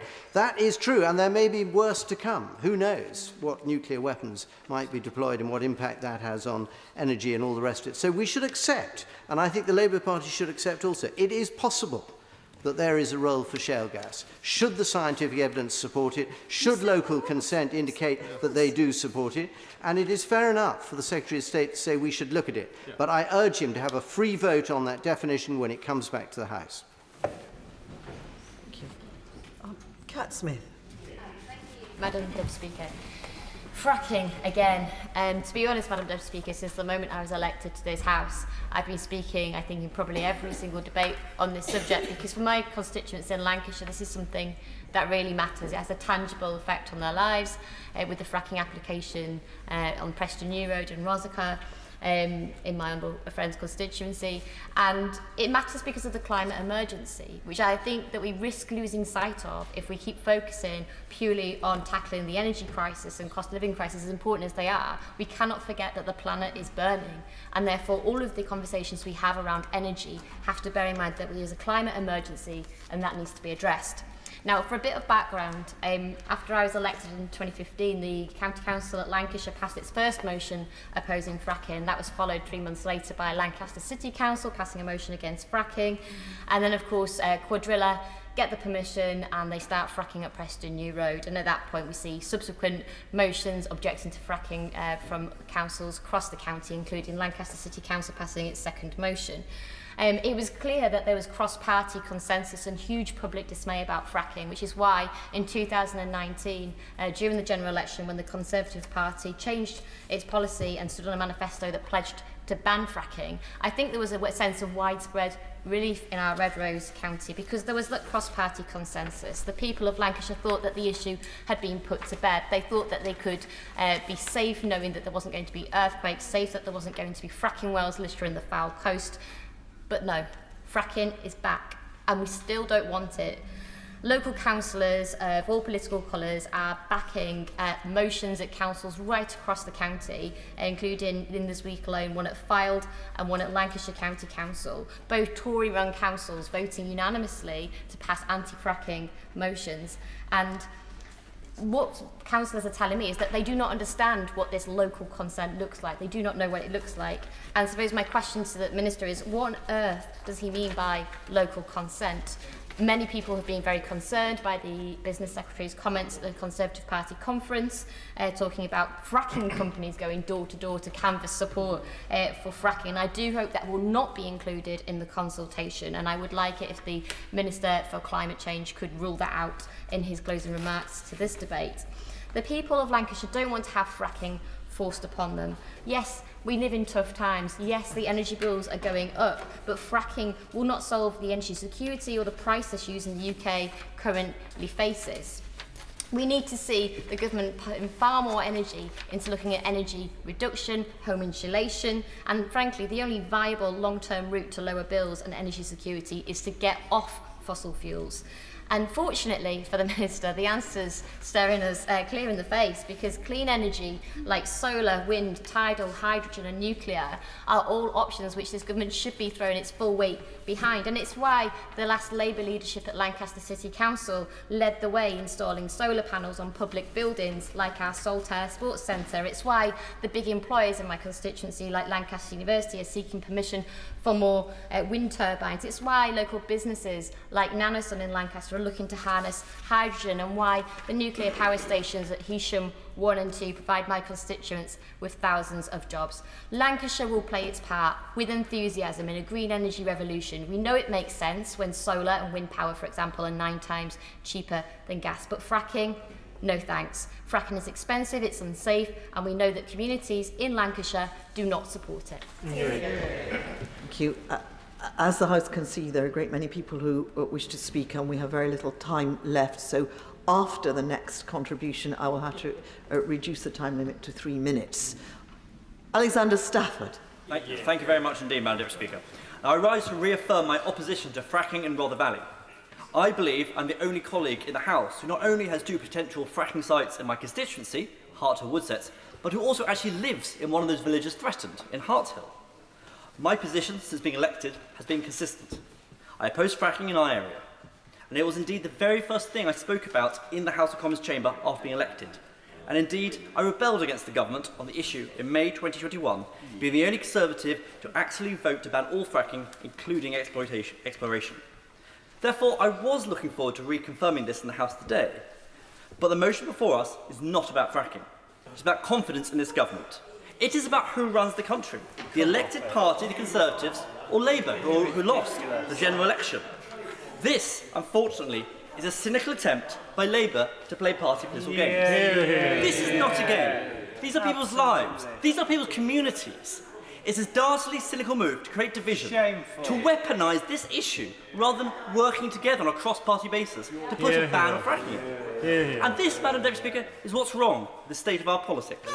All that matters is cheap. They're laughing at Centre, they're laughing at the people of Hart Hill, they're laughing at the people of Woodsets, because these are cheap point scoring, ultimately chasing misleading headlines, rather than working with us on this side of the House to make better policy for our communities. Let me get clear, fracking is unnecessary, it's harmful to the environment, and will have no impact on international gas prices. It is yesterday's technology and not an answer to today's problems. Now, I've had several meetings with the Business Secretary on this matter, and we have heard him today at this chamber, and he has made it crystal clear that there must be a majority of local, independent, he said, community support in order for fracking to proceed. He used the words a veto. But let's be honest, in some parts of the country, there may indeed be that support. Now, let me get this clear. I am the elected Member of Parliament for Rother Valley. I'm not the member for Rhondda. I represent Hart Hill, not Hartlepool. Woodsets, not Woking.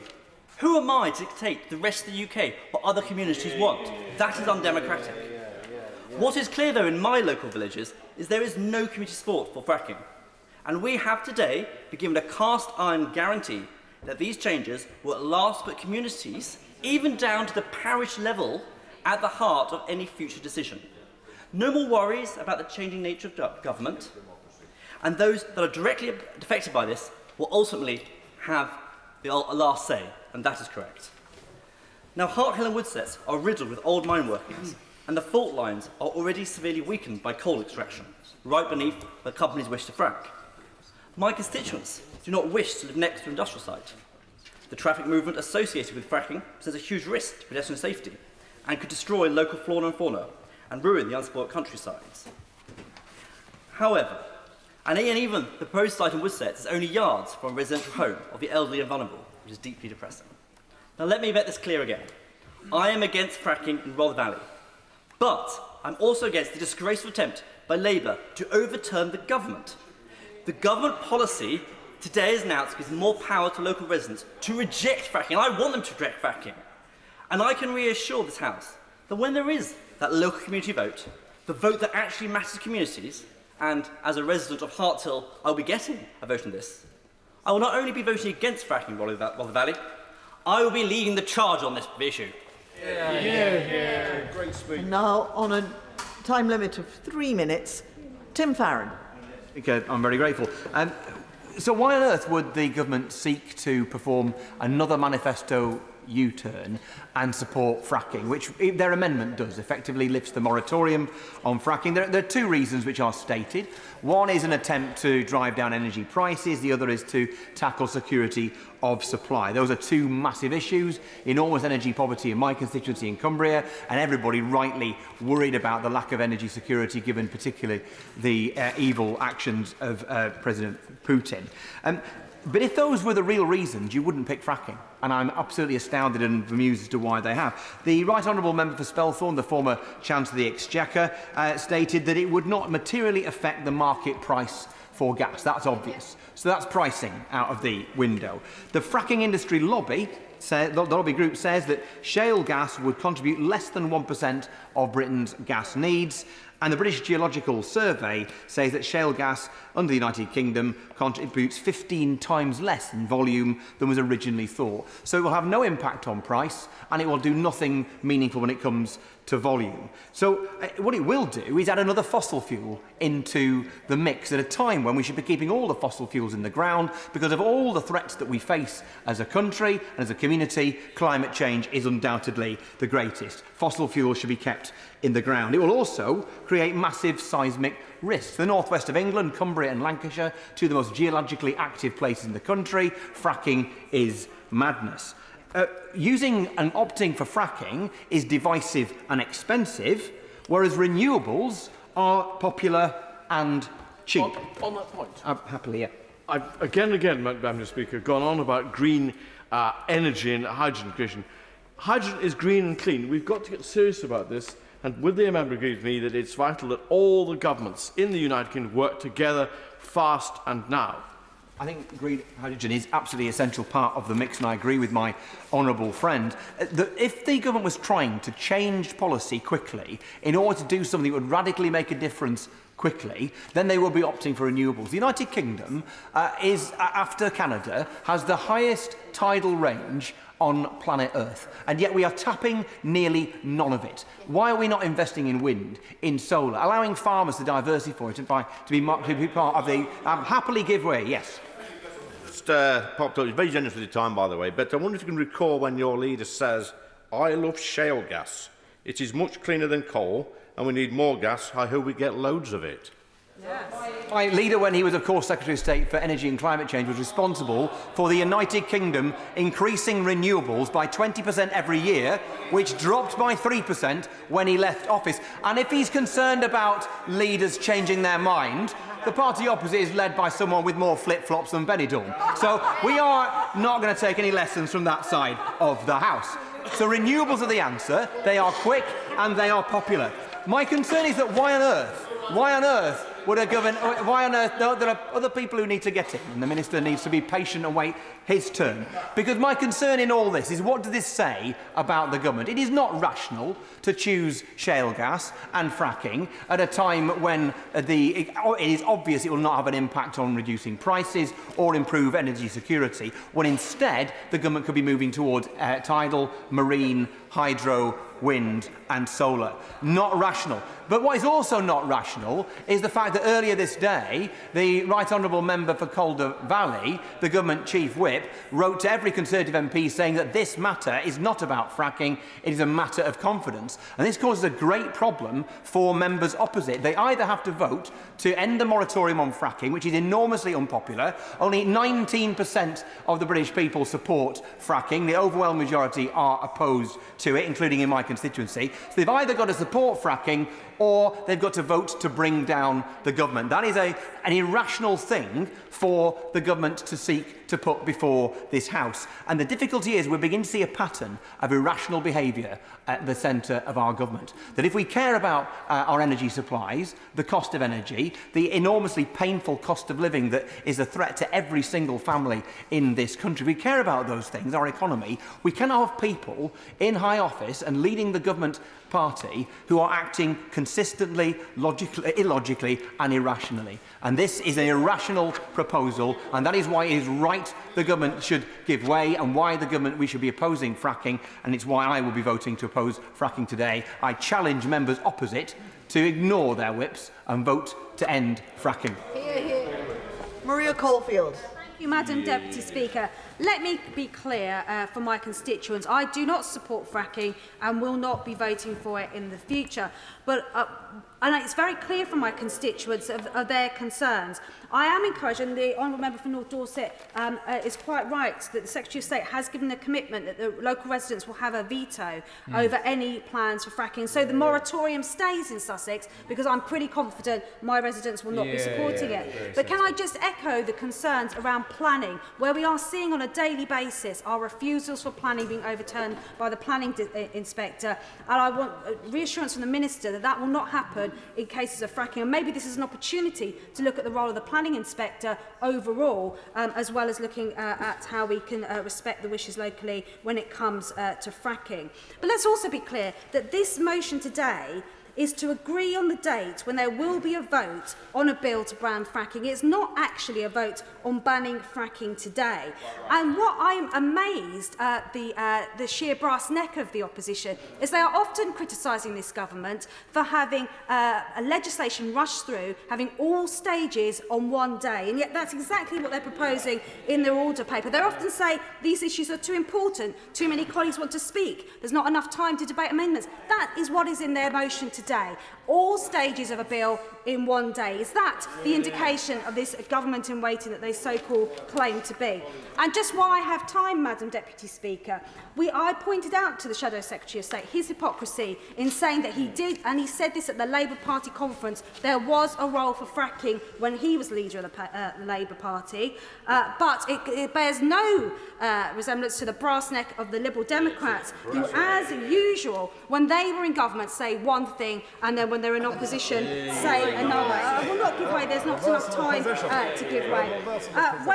When the leader of the Liberal Democrats was the Energy Secretary, not only did he lift restrictions on fracking, he also voted against a ban on fracking in 2015. And as my honourable friend said, was quoted in 2013 in saying, "There's an awful lot of nonsense talked about fracking. I love shale gas. It's much cleaner than coal. We need more gas. I hope we get loads of it."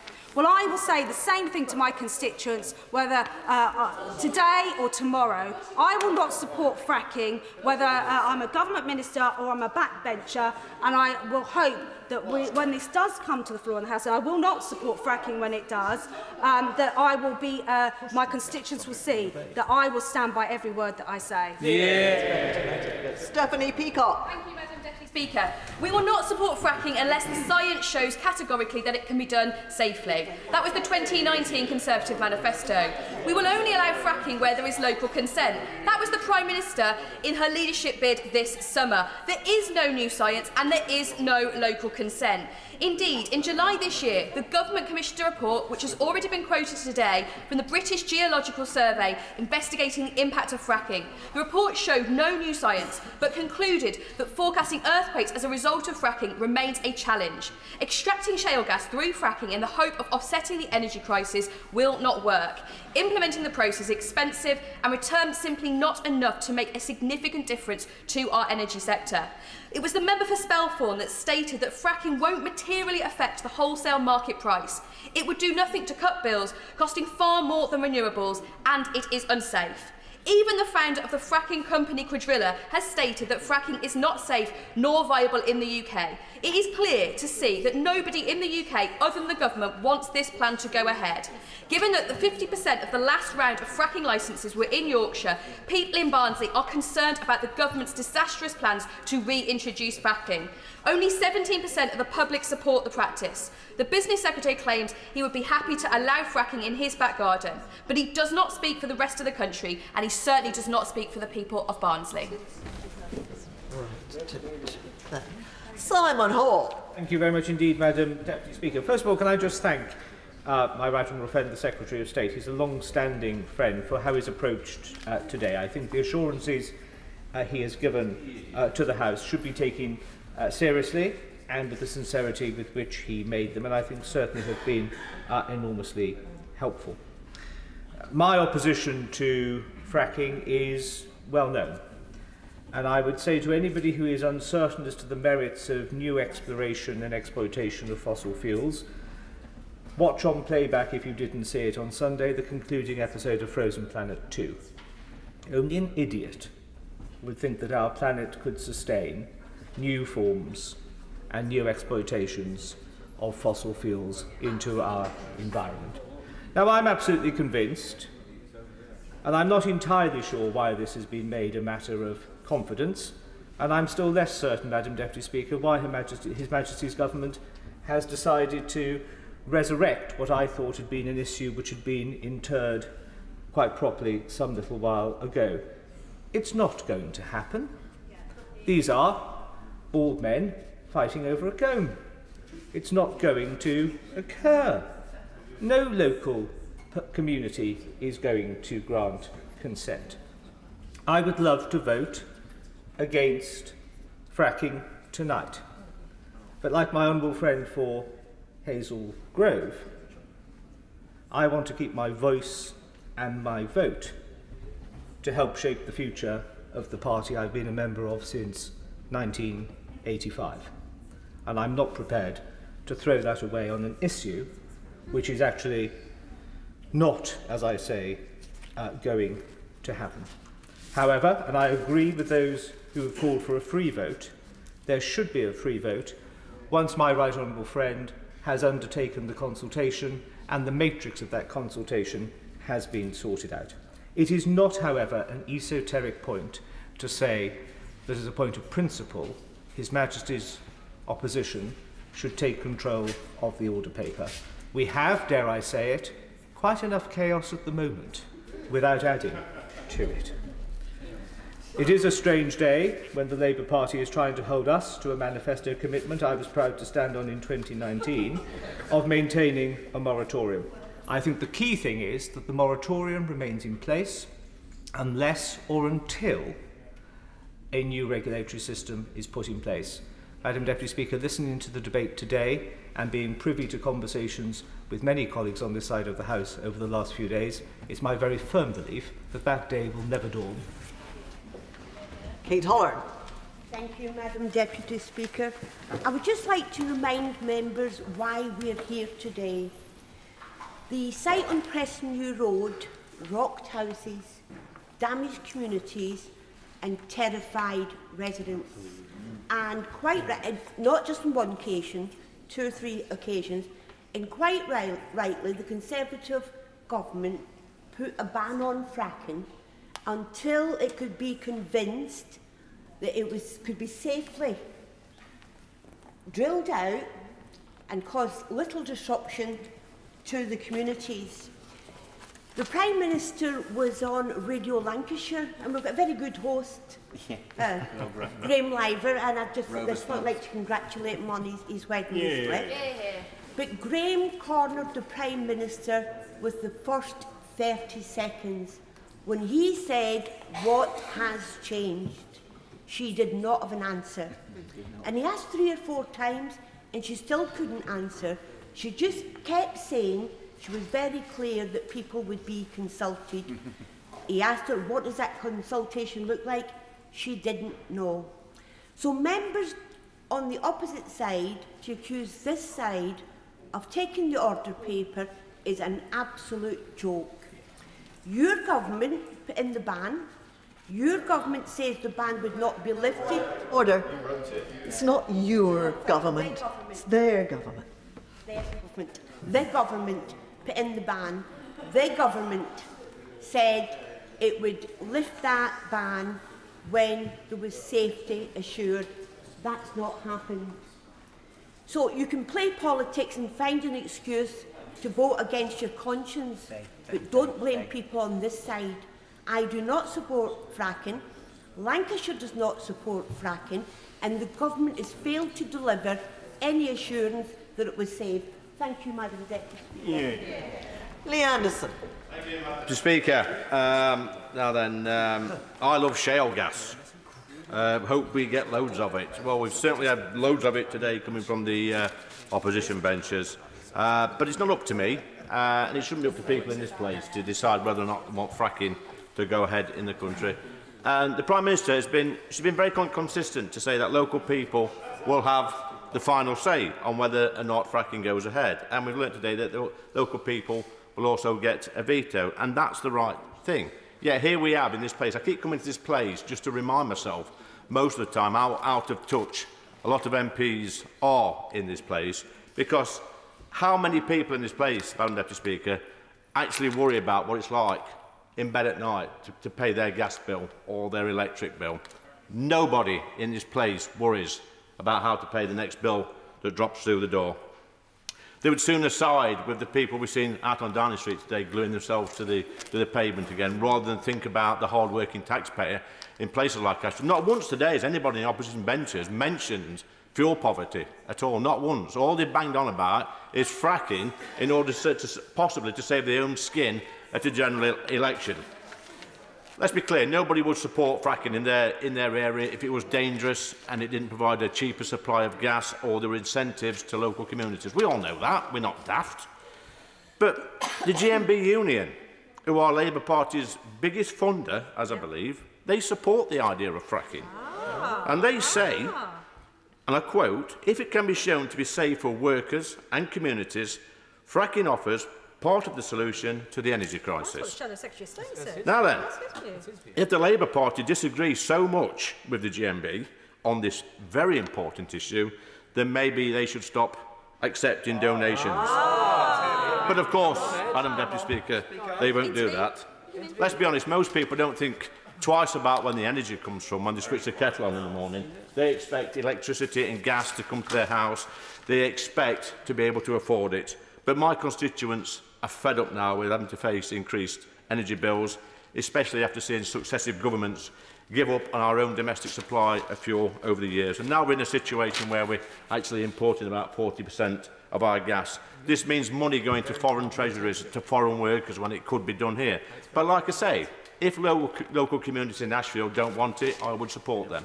If there is a community in Ashfield that did support it, I would support them. I cannot understand why we actually here even debate it, other than the mischief of the Labour Party. And he can shake his head. The Shadow Secretary of State can shake his head very well.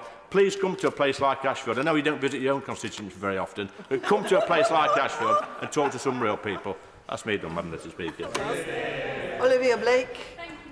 Speaker. Until recently, the debate on climate change was about the science and whether or not global heating is caused by humans. But it's important to say that while the climate deniers argued over the science and the hockey stick graphs, that wasn't what gave momentum to their arguments.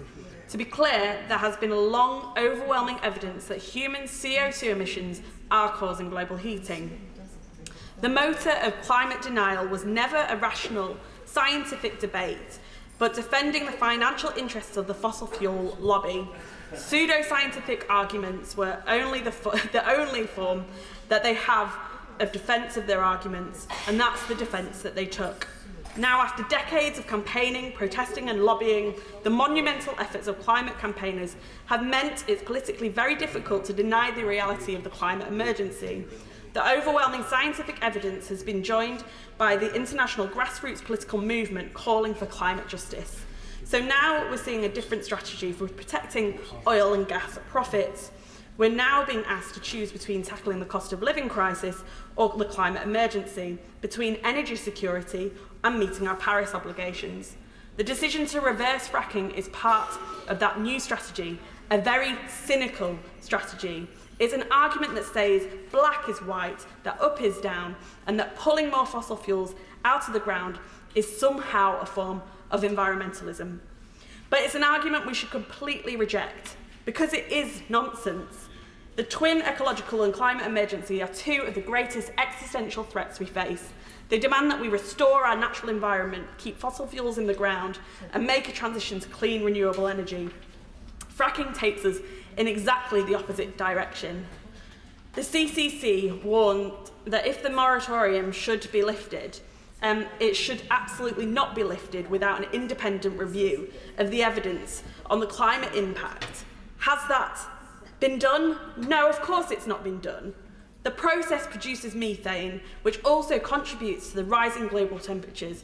Research by NASA has shown that leaky gas production is one of the main drivers of methane emissions on the planet. In fact, during 1 week alone in a site in Lancashire in 2019, 4.2 tonnes of methane were released, equivalent to 142 flights. Extracting shale gas is also environmentally damaging. The geography of the UK means that it's more likely to cause earthquakes and the chemical flowback and waters being significantly at risk of contamination and further significant ecological damage. And none of this will lower our energy bills or increase our energy security. That's because gas prices aren't set by domestic supply, but the international fossil fuel markets. Even if domestic production did significantly affect international prices, the wells here would not make a difference to those prices. It's a falsehood. Ruth Edwards. Today's debate is less about fracking and more about the Labour Party's next social media campaign. Exactly. For if they had wanted to show the true strength of the House's opinion on fracking, they could have tabled a normal motion today calling for the moratorium to be reintroduced. At a later stage, they could have amended a bill going through Parliament. Either of those routes, they had a reasonable chance of carrying many colleagues on this side of the House with them. But instead, they have chosen the one route that they know no member on this side of this House could possibly support: a confidence vote. Now, I don't support fracking, Madam Deputy Speaker, but I am even less keen on the idea of letting the Labour Party play at being in government for the day, because I remember what happened when they were there last time. My views on most things are no secret, and certainly not on fracking. Now, I don't buy the argument it's less environmentally friendly. Gas is gas, whether it's drilled here or overseas, and the carbon footprint of gas produced in the UK is smaller than LNG shipped in from abroad. I'm also not convinced by the argument it's unsafe, but I do think it's unsuitable in a country like the UK, where we have a high population density, especially given that even relatively small tremors can be felt by the local community. And as the British Geological Survey, which has its HQ in Rushcliffe, has said, our ability to predict such tremors has not improved since the moratorium was put in place. But my main objection to fracking is that after all the division and local anguish it causes, even the industry itself estimates it will produce very little gas. We would be better off focused on increasing the output from our North Sea industry, renewables and nuclear. I am relieved that we will have a binding vote on the process for gaining local consent. This is vital. Communities must know they have a legally enforceable route to either accept or reject fracking under their homes. And my final observation tonight, Madam Deputy Speaker, is for our own front bench. For they have enabled the opposition to force colleagues to choose between voting against our manifesto and voting to lose the whip. They should take a look at the faces of colleagues behind them, colleagues who have fracking sites in their constituencies, and they should hang their heads in shame. A Conservative government will always have my confidence, Madam Deputy Speaker, but its leadership today has severely tested my trust and the trust of many colleagues, and I would advise them not to do so again. Anna McMorran. Thank you, Madam Deputy Speaker. The fight against climate change is one that everyone but this government seems to be deeply worried about. In Wales, we are proud that our Welsh Labour government remains absolutely steadfast in our fracking ban, which has been in place for 7 years now and will continue. So it's even more disturbing that this Prime Minister, absent of a public mandate, has decided to tear up her own party's 2019 manifesto and any hopes of a stable future by bringing back fracking. And is it any surprise when this government is imploding? Is the Secretary of State even going to be here tomorrow? It is heartening, though, to see members on the opposite side publicly declare their support for us and against this government's option on Twitter, coming out one at a time, particularly the member for Kingswood, who is also chair of the government's Net Zero review. I think that is quite telling. This energy crisis is costing lives. Action absolutely needs to be taken to curb more suffering, but fracking is not the answer. It makes it worse. And this crisis has been created by an over-reliance on oil and gas. We can't increase it, and this government refuses to understand that. You can't tackle one crisis without tackling the other, but instead, this government has chosen to ignore the warnings, the science and pleas, making a deliberate attack not only on the environment, but public health too. In England alone, a third of drinking water is supplied by groundwater. The British Geological Survey stated that groundwater can be contaminated by fracking. One concerning risk is from flowback water coming from fracking itself. Water that flows back contains high concentration of saline, known to cause hypertension, which can lead to pregnant women developing preeclampsia, exposing the mother to potential stroke risk, organ failure, with some babies being stillborn. Medical experts have written to the British Medical Journal stating these arguments. And in complete contrast, this government's own climate minister has claimed it's good for the environment. But that same minister publicly published his support for the ban of March this year. Fracking won't solve any of our energy problems, and it won't provide the essential support the country needs right now. Drilling is irrelevant to this energy crisis, let alone being a complete abdication of duty to the environment, local communities and the climate. This latest move drives a cart and horses through any chance of credibility on global leadership on climate. They must keep that ban now. Yeah. Paul Maynard. Deputy Speaker, I may I start by praising the member for Rushcliffe, who has spoken so eloquently, and I endorse every word she has said about how the government has handled this matter. And I share her sense of despair, frustration and infuriation by it. But as I find myself saying so frequently at the moment, we are where we are, and we have to get on with it. I would much rather the moratorium that I stood on a manifesto commitment to implement could endure. But I have to welcome the commitment from the Secretary of State to hold a substantive vote on the process by which consent will be determined. But I echo those who have said that this should be a free vote. This is a polarising issue in my constituency. Opinion locally has always been broadly opposed to fracking, which I've always respected and taken note of. There has always also been a vocal, supportive minority, whose voices have become louder as higher energy costs have begun to be felt, even if fracking is not a solution to the problem of higher energy prices. And everyone in my constituency deserves to have their say. So my aim over recent weeks has been to ensure that the government's commitment to local consent was a meaningful one, and not one placed in the hands of companies such as Quadrilla. Any process should be independent. Indeed, a local referendum would be my preference, because all areas of the Fylde Coast should be able to participate in the discussions as they will feel the consequences. Blackpool, as a unitary authority, has no involvement in Lancashire's planning decisions, but it would bear the seismological consequences just as much as the parish of Rotherham would. And I am particularly annoyed by suggestions of financial inducements that will be proffered by the shale gas companies trying to influence the decision making. They must not form part of the decision over consent. Getting the consent system right, and that means it needs to be in a broad area, not a narrow parish within 50 metres of some pad. Getting that right would allow all my constituents, either in favour or against, to feel that they had had their voice listened to. Perhaps fundamentally, carried out under my principles, any rejection of fracking locally would be a permanent people's no, on the record. Not some temporary politicians maybe, that could be reversed by yet another U-turn or yet another new government, which is what Labour's ban, I'm afraid, offers us. Let the people of this country put on record their views about fracking in their local area, and then we as politicians should pay attention to that and act accordingly. Grant Davis.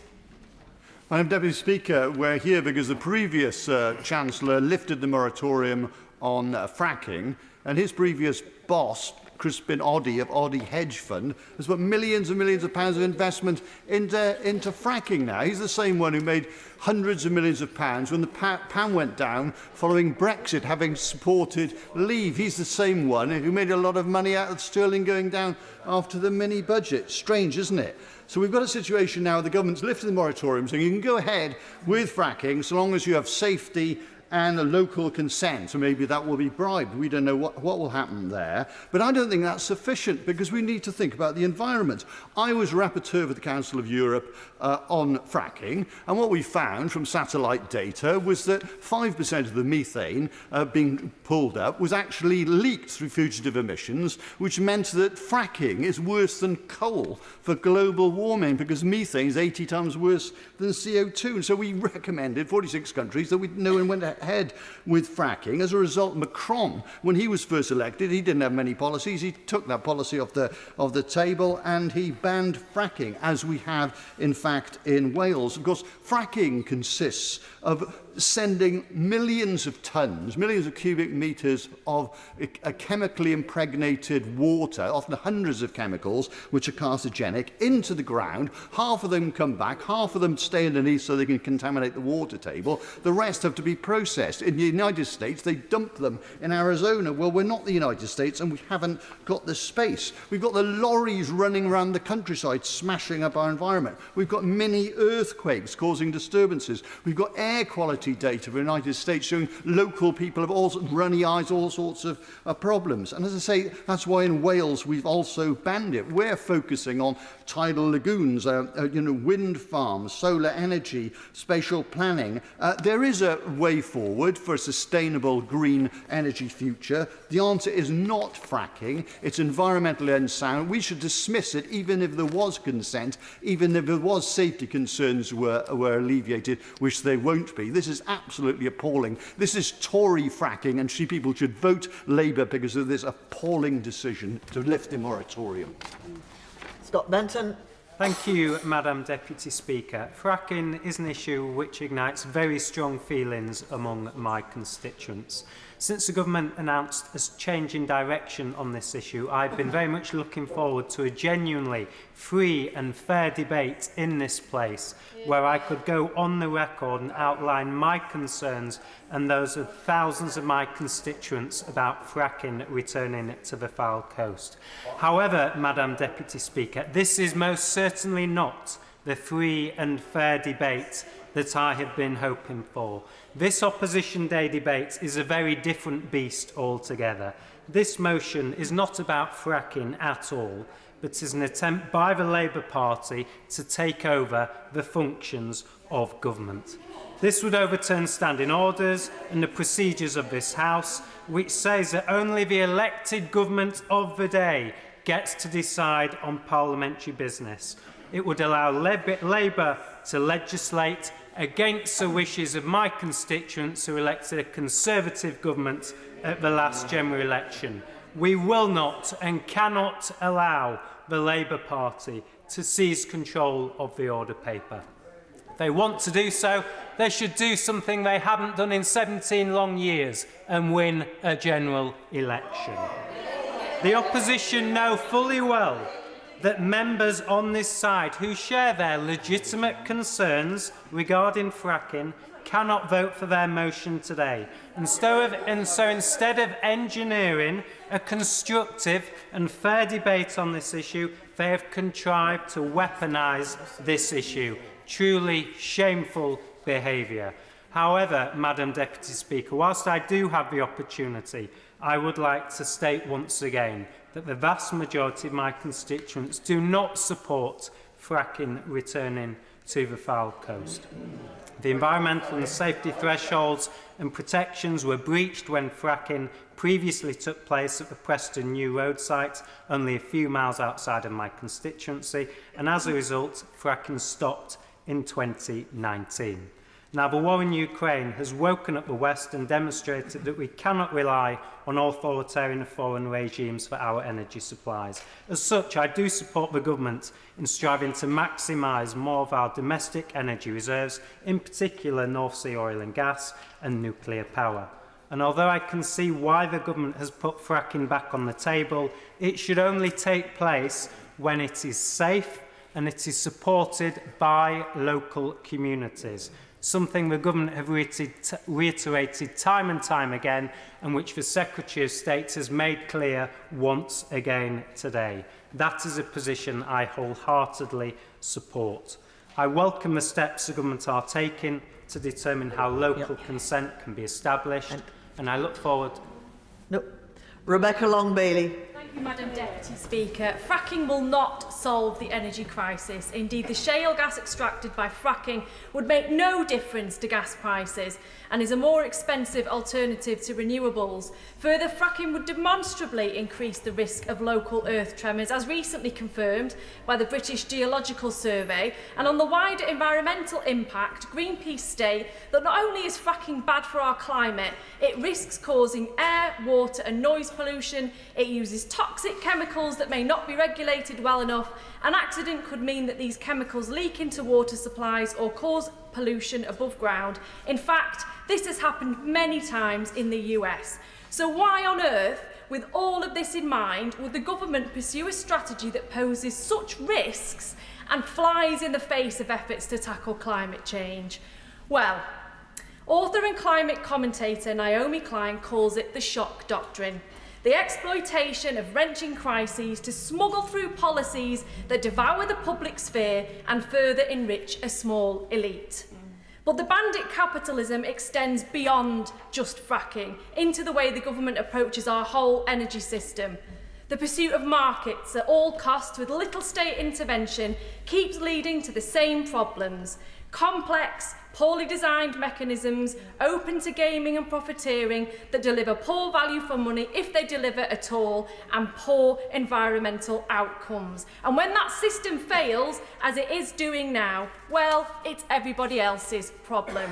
Now, there's a new generation calling for change, a Green New Deal, a green jobs revolution that would distribute costs and rewards progressively, deepen economic democracy and kickstart an industrial strategy to rebuild and light up Britain. On this side of the House, we get that. But I'm worried that we'll miss this chance. Worse though, I'm actually frightened. Frightened that whilst there are numerous colleagues on the benches opposite who may speak out against fracking, the fact remains that they are still in the government led by an environmental and economic vandal. And although the clock may well be ticking on the Prime Minister's days in office, as Naomi Klein sadly states, when powerful ideologies are challenged by hard evidence from the real world, they rarely die off completely. A few true believers always remain to tell one another that the problem wasn't the ideology, it was the weakness of the leaders who did not apply the rules with sufficient rigour. So that is why today is so important. That's why across this House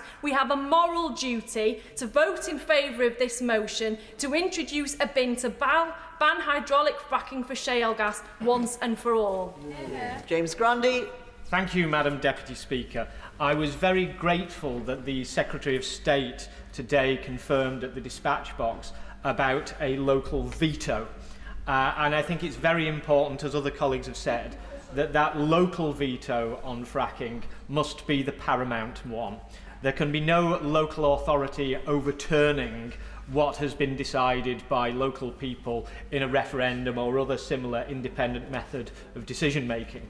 Because while some colleagues today have spoken about local authorities being bastions of listening, that is not always the case with some local authorities.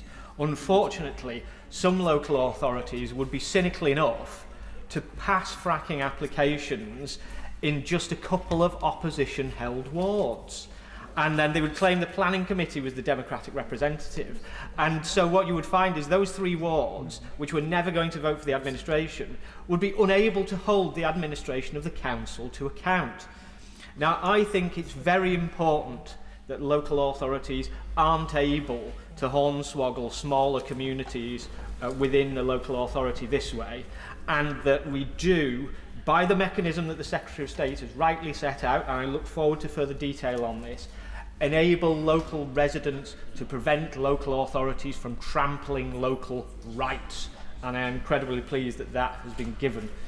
Because I do fear, unfortunately, Madam Deputy Speaker, that Wigan Council, which is in a huge dispute with local residents and is fighting local residents to the teeth over a number of incredibly unpopular planning applications in just a handful of areas within my constituency, despite the fact there have been thousands of objections, is fundamentally unwilling to listen to objectors.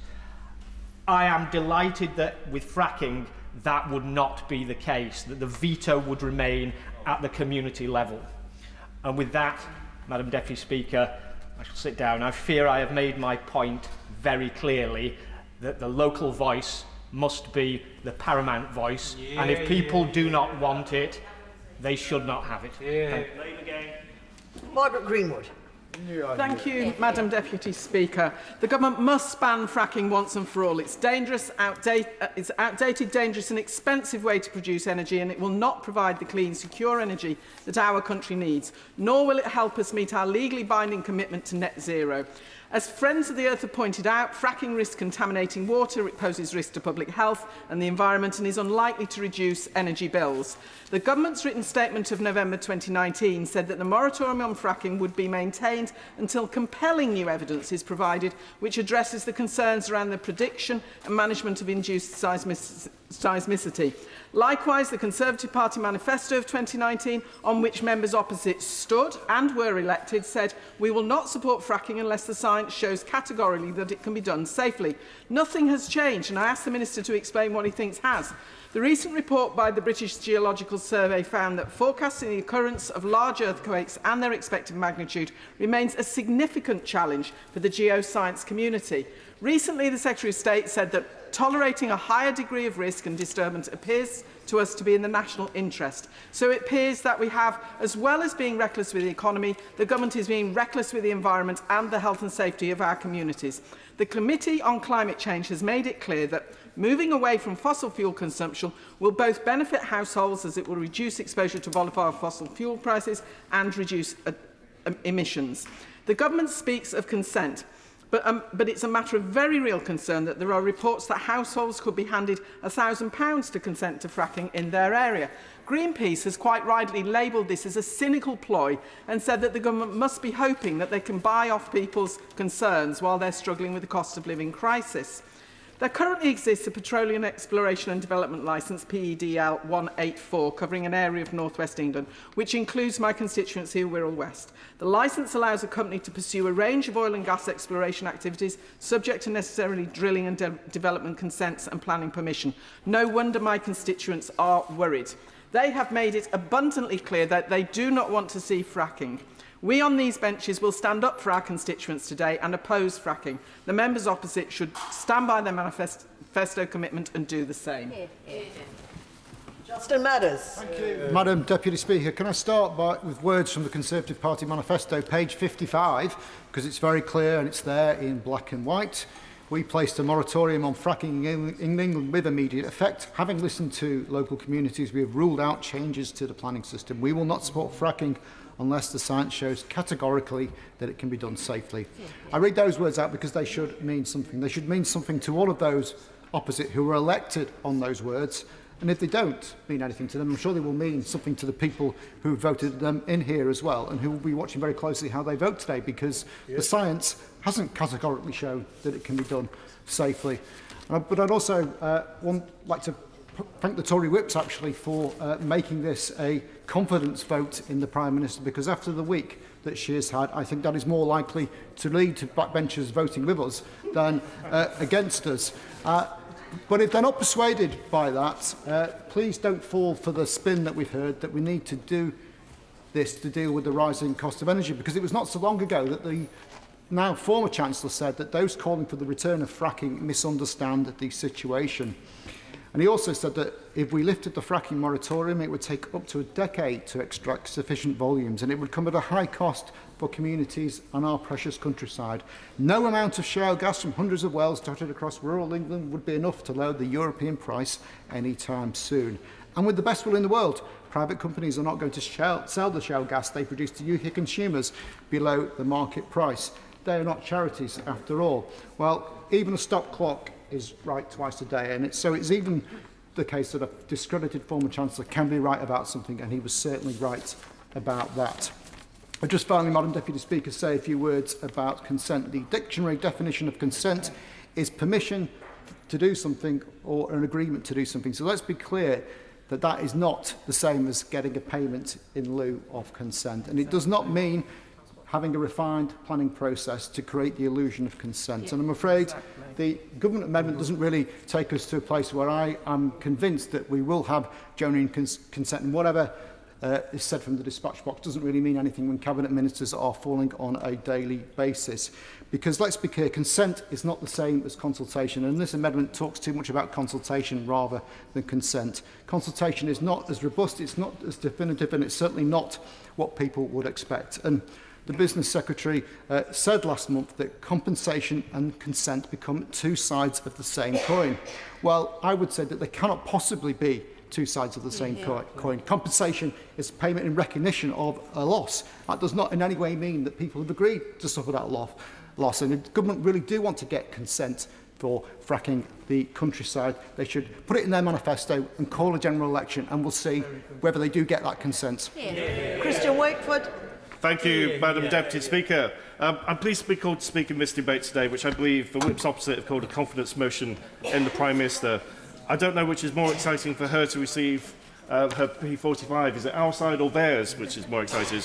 The Prime Minister promised that fracking will take place only in areas with a clear public consensus behind it. But the Business Secretary ruled out local referendums and suggested that fracking companies themselves could go around door to door and ask people if they will consent. Aside from this being a truly ridiculous idea, appointing fracking operators as the arbiters of local consent would create an obvious conflict of interest and would undermine the authority of democratically elected councils. If the Business Secretary is so keen to start digging up people's areas and causing earthquakes, I look forward to the government's newer site opening in North East Somerset in the coming weeks. It may surprise some, but I agree with many of the members opposite. The member for Fylde spoke passionately last week and again today in regards to constituents who were labelled as Luddites by the Business Secretary. When I was a county councillor in Lancashire when this was actually debated over 7 years ago, and also now as the Member of Parliament for Bury South, I know the people of Radcliffe, Whitefield and Prestwich certainly aren't Luddites either, and neither are the people of Lancashire. I am against fracking, Madam Deputy Speaker. It's unpopular, it industrialises the countryside, and it contributes to climate breakdown, and importantly fails to address the energy crisis. But it's not just me who thinks that, Madam Deputy Speaker, it's the public too. One person said it would take up to a decade to extract what we need by fracking, and that it was pointless. That was the Chancellor of last week. It will create enormous disruption for little economic gain. That was the Chancellor of this week 4 months ago. The Defence Secretary opposed proposals for a fracking site in his constituency. The Tory party chair signed the Defence Secretary's letter opposing fracking. The Leving Up Secretary said there isn't strong support for fracking, and I agree. The Secretary of State for DCMS didn't want it in her backyard, and I don't blame her. So now we know that her cabinet don't have faith in fracking or her. I look forward to many of the members opposite joining me in the lobbies today. Kerry McCarthy. Thank you, Madam Deputy Speaker. Today we've heard from colleagues across the House making clear their opposition to fracking. It was particularly powerful hearing from MPs from the Lancashire area, which has already been affected by the seismic shocks of previous drilling, and their constituents live in fear of that happening again. Fracking is dangerous, polluting, and will not provide energy security for this country, and it is deeply unpopular. The government finally seemed to get that in 2019 with its manifesto commitment to a fracking ban, and as it's been said, everyone on that side of the House stood on that manifesto and made that promise to their constituents. Yet it's only taken a matter of days for this new administration to bring fracking back. And not through a vote or a consultation or a debate in this House. It was a decision taken just by the Secretary of State alone, who's not even turned up to hear the winding up speeches. No scrutiny, the Secretary of State, no scrutiny and no accountability. Oh, sorry, I didn't see him there. Their manifesto promised the ban on fracking would remain in place until evidence categorically proved it was safe. But the recent report from the British Geological Survey commissioned by the government has offered no new evidence whatsoever to suggest the situation has changed. As the Honourable Member for Fylde said, the geology hasn't changed. How could it? The science hasn't changed either. So what did the Secretary of State do when he couldn't find the evidence he wanted?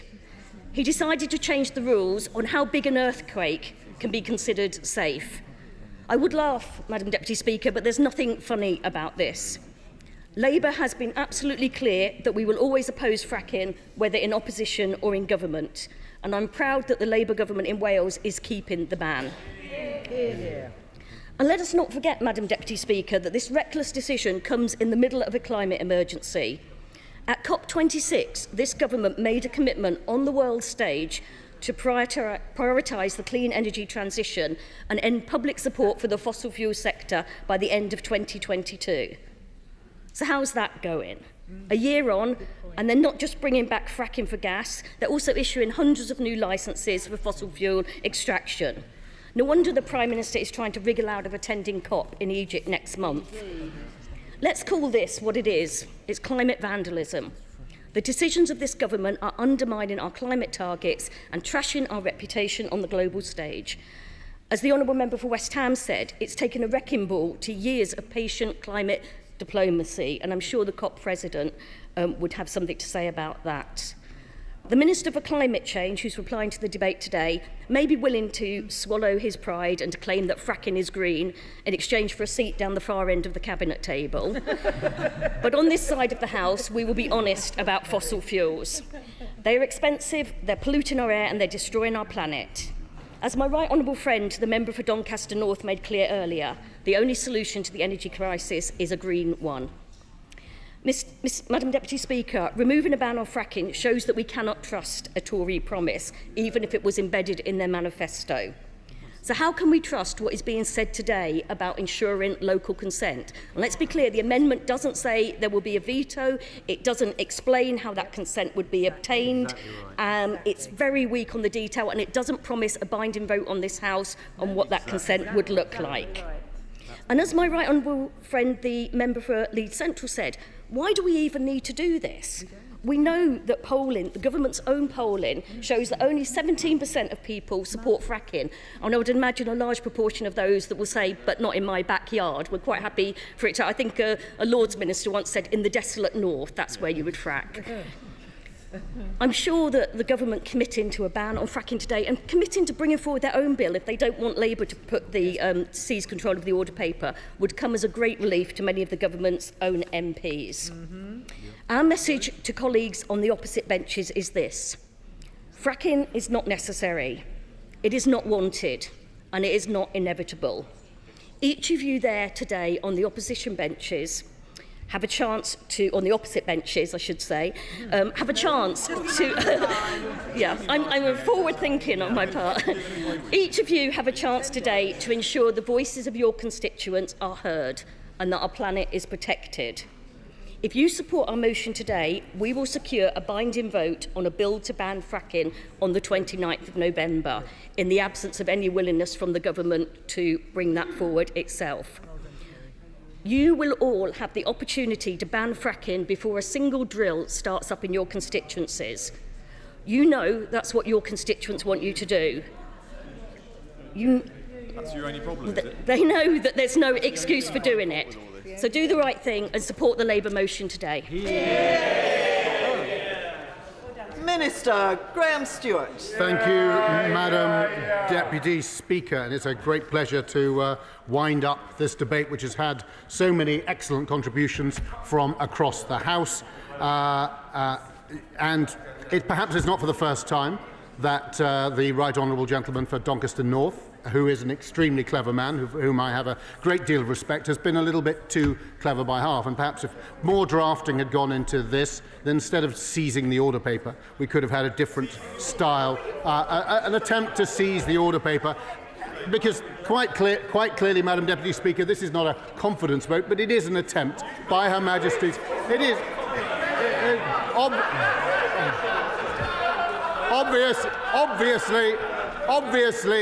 obviously, Madam Deputy Speaker, this is not a confidence vote. What it is an attempt. What it is an attempt. Let me try. Order, come on, let's listen to the Minister. And that means be quiet up there as well. That means be quiet up there as well. Order. Minister. Thank you, Madam Deputy Speaker. But this attempt, I won't give away. The Right Honourable Madam Deputy Speaker, the right honourable gentleman is getting overexcited. He described himself as a nerd, and of course accurately. Perhaps he should have spent more time looking at parliamentary procedure. Madam Deputy Speaker, I am proud to say that this government has led the way in reducing emissions and moving towards net zero. When the right honourable gentleman was in power, Madam Deputy Speaker, when he left power in 2010, not only was there that note that said there was no money left, fewer than 7% of our electricity, around 6.8%, came from renewables. It is this party on this side of the House which has delivered the green revolution, will continue to deliver the green revolution, and means that more than 40%, Madam Deputy Speaker, are they allowed to maintain this ridiculous stuff? It's bad enough for... Order, Mr. Davis. We are having a debate. If everybody shouts at one another, we can't have a debate. Minister.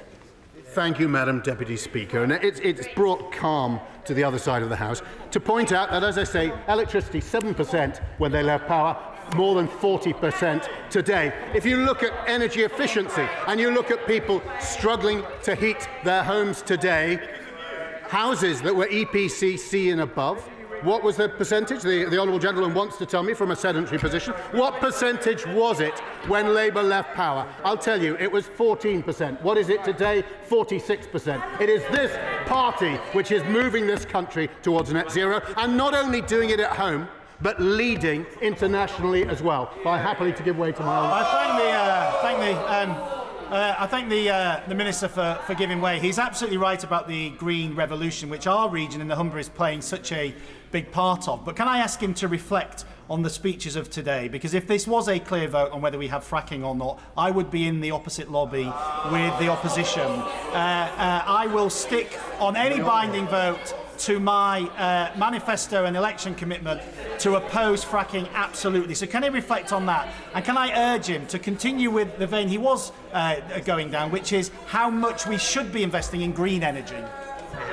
Well, I'm grateful to my honourable friend, and of course we are investing. We have, near both of our constituencies, seen the transformation, if I may just at least answer this without being permanently harassed by the right honourable gentleman who should learn to sit. I can tell to my right honourable friend, he has seen the transformation of the whole economics of offshore wind. He has seen this government put in place the CFDs, which are now being copied all around the way. Madam Deputy Speaker, I feel if I don't give way to the right honourable gentleman, he may suffer some serious medical emergency. Now, Mr. Speaker, Madam Deputy Speaker, for the guidance of the House, the Minister said something very important from the dispatch box. He said this is not a confidence motion. And I think his members will want to know that. If he confirms that, then members opposite can vote for our motion in the safe knowledge that they can be confident in the current Prime Minister. So can you just confirm that? Well, the right honourable gentleman was so excited in order to repeat something which I'd already said multiple times. Colleagues on this side of the House are perfectly clear. They are not going to surrender, and they're not going to allow the Labour Party to be a government for a day by seizing control of the order paper. So, we will continue. We will continue. Point of order. Better be a point of order. I think it is, Madam Deputy Speaker. It's really important that members know what they are voting on. Members know what they're voting on. Minister. Thank you, Madam Deputy Speaker. We will continue to lead the world and drive forward offshore and onshore wind, solar energy, and we will do SMRs and gigawatt-level nuclear, as well as support for AMRs, and we will come forward. We will come forward, Madam Deputy Speaker, with proposals to support hydrogen and CCUS. We are looking all across the piece to drive the green revolution. But as part of that, Madam Deputy Speaker, as part of that work, we also need to ensure the gas and oil that we rely on at the moment as we manage and drive down our usage on the path to net zero. Did the honourable lady? What way. I thank the honourable gentleman for giving way. I really do need to press him on this issue of a confidence vote, because many of us have been told today by our whips that if we vote or abstain from voting against this motion, we will lose the whip. So could he please confirm whether that is the case or not? I thank the honourable... We have to hear the answer. Minister. I thank the honourable lady for that question, and that is a matter for party managers, and I'm not a party manager.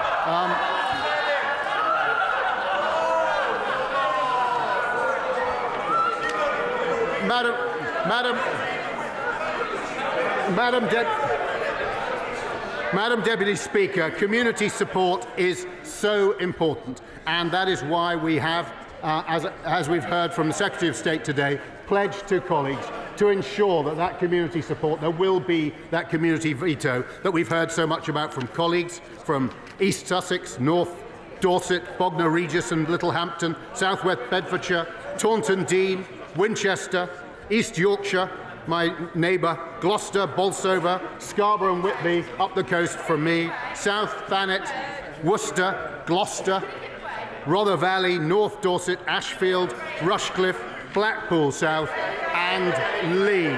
And it's interesting to see the Liberal Democrat on his feet, who in his speech, Madam Deputy Speaker, suggested not a drop more of gas or oil should come out of the ground, forgetting that 75% of our energy needs today come from fossil fuels. It is this government which is leading the green transformation to take us away from it. It is this government which is driving forward net zero, not only here, but equally importantly, all around the world. And it is, of course, my colleague who has been president of COP26, who has moved the world from having just 30% of global GDP covered by net zero pledges, 30% in 2019, to more than 90% today.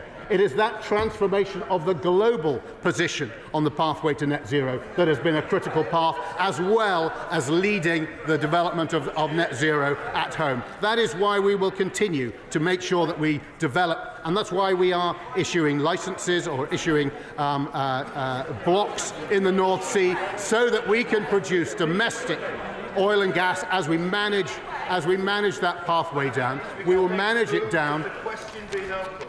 The question is that the question be now put. As many as that opinion say aye. Aye. Of the contrary, no. I think the ayes have it. The ayes have it. The question is that the original words stand part of the question. As many as that opinion say aye. Aye. Of the contrary, no. Aye. Division. Clear the lobby.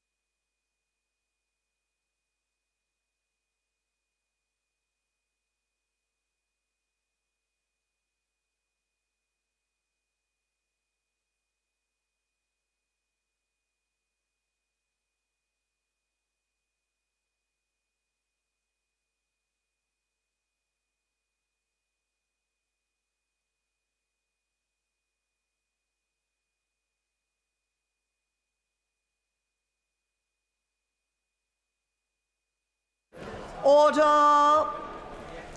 The question is that the original words stand part of the question. As many as that opinion say aye. Aye. Of the contrary, no.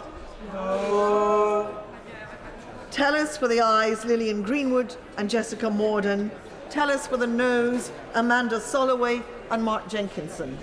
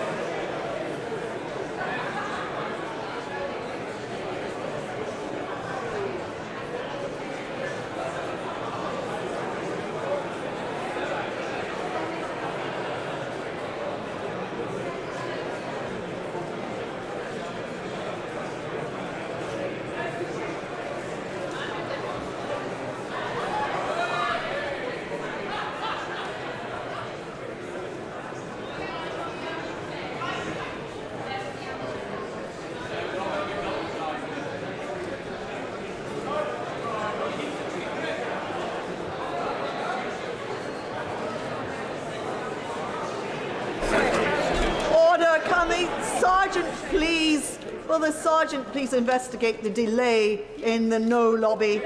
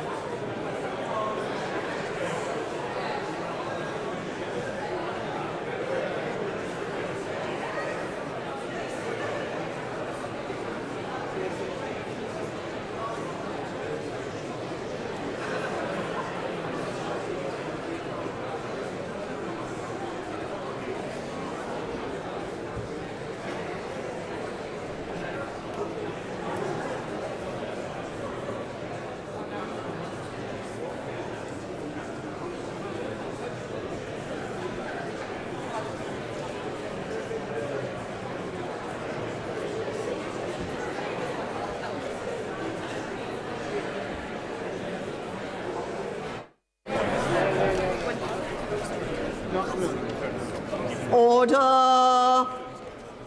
Order!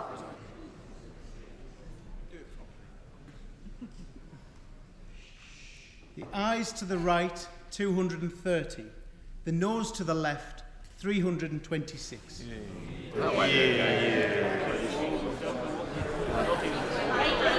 Thank you. Order! Order! The ayes to the right, 230. The noes to the left, 326. So the noes have it. The noes have it. Unlock.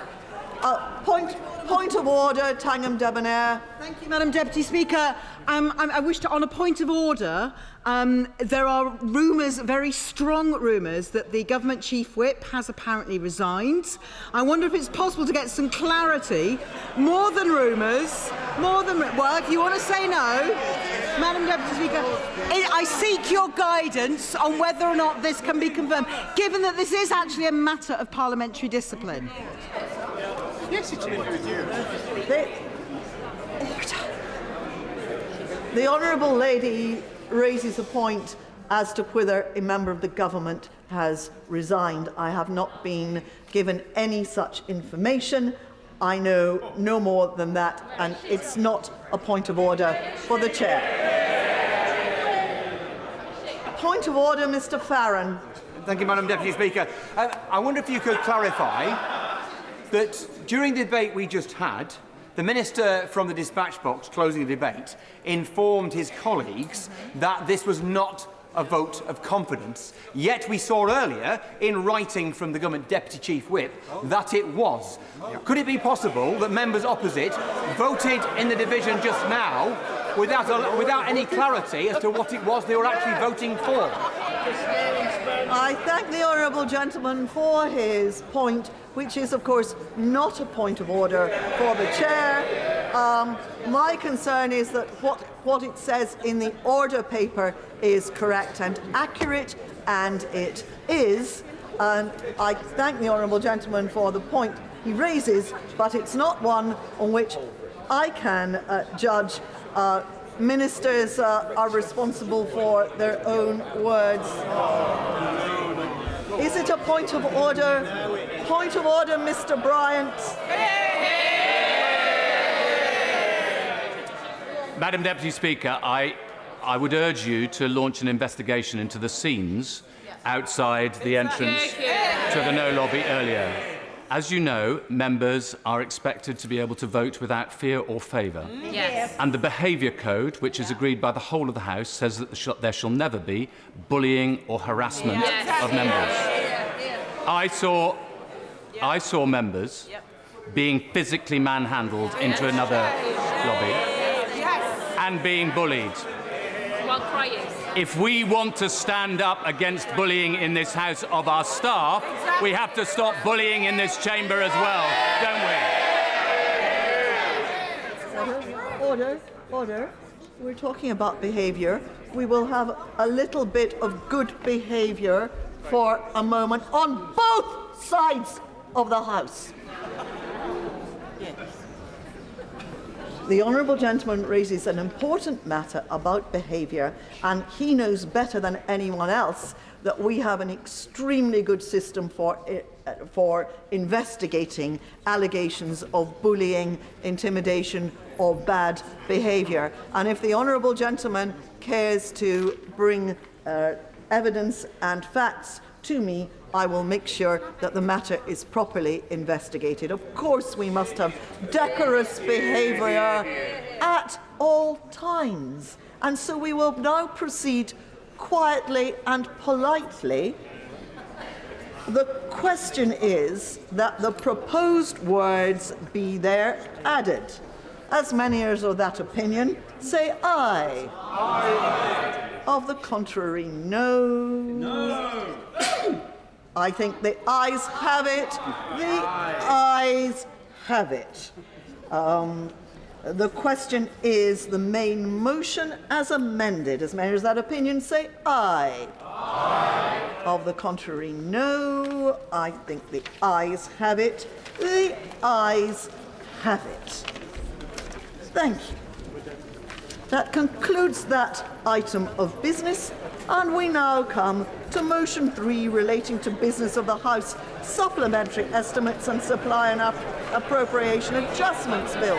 Minister to move. The question is as on the order paper. As many as that opinion, say aye. Aye. Of the contrary, no. I think the ayes have it. The ayes have it. Motion number 4 on sanctions. Minister to move.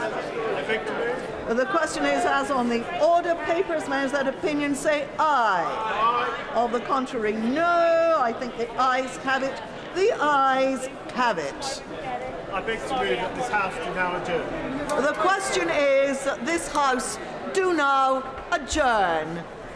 Dame Andrea Leadsom.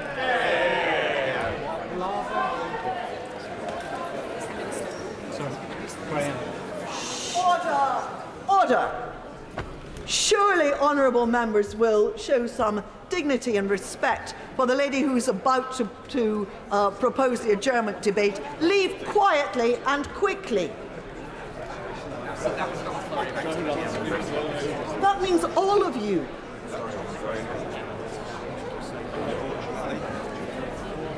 Dame Andrea Leadsom. Thank you, Madam Deputy Speaker.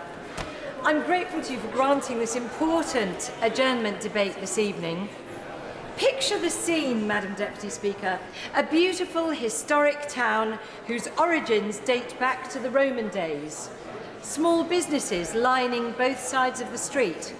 Traditional architecture providing a link to the area's local history. This is Towcester, at the heart of my South Northamptonshire constituency. It is an idyllic scene until the traffic starts. Madam Deputy Speaker, I'm sitting not 6 feet from the Right Honourable Lady, and I'm unable to hear what she's saying to the House. The Right Honourable Gentleman is absolutely correct. I have asked for members to behave in a decent and respectful way. I think we have it a little bit more quiet. Dame Andrea Leadsom. Thank you, Madam Deputy Speaker. I was describing Towcester, a beautiful town in the heart of my South Northamptonshire constituency. It is an idyllic scene until the traffic starts. Most days, and sometimes all day, cars queue down the A5 Watling Street, which is the high street through Towcester. Buses cannot pass the cars parked either side, and worst of all, whenever the M1 or the M40 are up the creek, which can happen at any point during the day or night, we have HGVs squeezing their way through the narrow gap between parked cars. They often have to drive onto the pavement with air brakes wheezing and tooting their horns to each other to signify you first, no, you first. When my son was 12, I will never forget the day we were walking past the town hall where the pavement narrows to only 2 feet wide. He dropped a ball into the road and leant out to catch it just as an HGV came past. I grabbed him, but if I hadn't, that would have been the end of him. HGV drivers have little concern for busy families with pushchairs or elderly residents crossing the street with walking sticks. The only crossroads in the town is at the historic Saracen's Head pub, mentioned in Charles Dickens's Pickwick Papers. Back in the day, as a coaching inn, it would have been a beautiful stop-off point for travellers. But now, having a pint in its pub garden is akin to having a beer alongside several gallons of diesel fumes.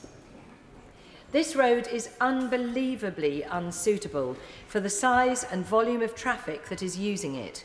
And quite apart from the obvious dangers for cyclists and pedestrians, the traffic is having an appalling impact on Towcester's air quality, noise levels and quality of life for residents. Now, Towcester has been in need of a ring road for probably 50 years, and since becoming MP for South Northamptonshire in 2010, resolving this issue has been one of my main local priorities. The beauty of the town drew the eye of Persimmon Homes, who agreed to build a relief road for the town, amongst other things, in return for planning permission for over 2,000 new homes on the edge of Towcester. Now, Madam Deputy Speaker, I am no NIMBY, and nor are my constituents. The new housing has been welcomed, and new residents are enjoying the lovely independent retail offer of Towcester, as well as the stunning walks through parkland that used to belong to the Eastern Neston estate. However, as always seems to be the case in these situations, the houses are being built at breakneck speed, yet somehow, after 12 years of me beating down the doors of National Highways, the local councils, of DFT and of Persimmon, we have still only managed to achieve a road to nowhere. I have a meeting with them all together once a month, and although everyone is keen to get the job finished, you can imagine that the sparks occasionally fly.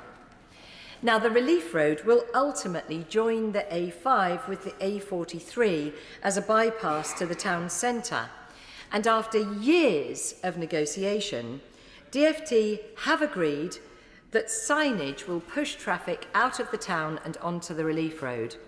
And there is now a new consultation underway to improve the look and feel of Towcester Town Centre and to put in place measures for traffic calming. So the future for Towcester is promising, but this happy vision of the future is still probably the best part of 2 years or more away. In the meantime, the centre of Towcester was declared an air quality management area as long ago as in September 2005, and since then, pollution levels have got steadily far worse, and they are currently well below the target levels set by government.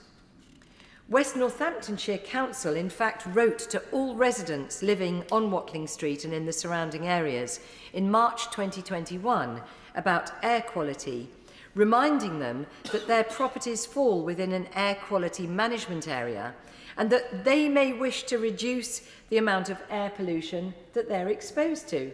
Well, I'm absolutely certain they all agree. One of the specific measures proposed by the council was to keep windows closed adjacent to the road during peak traffic periods and to ventilate homes as much as possible from windows away from the primary traffic route. Well, you can imagine how those residents felt about that advice, Madam Deputy Speaker. Quite rightly, many constituencies contacted me to ask why the help in the form of the relief road isn't being expedited. But they also wanted to know what we can do in the meantime to protect local people from the damage being done to their lungs. I'll be delighted. I thank the Right Honourable Lady for giving way. And on that particular point, levels of asthma, levels of chronic obstructive pulmonary disease are also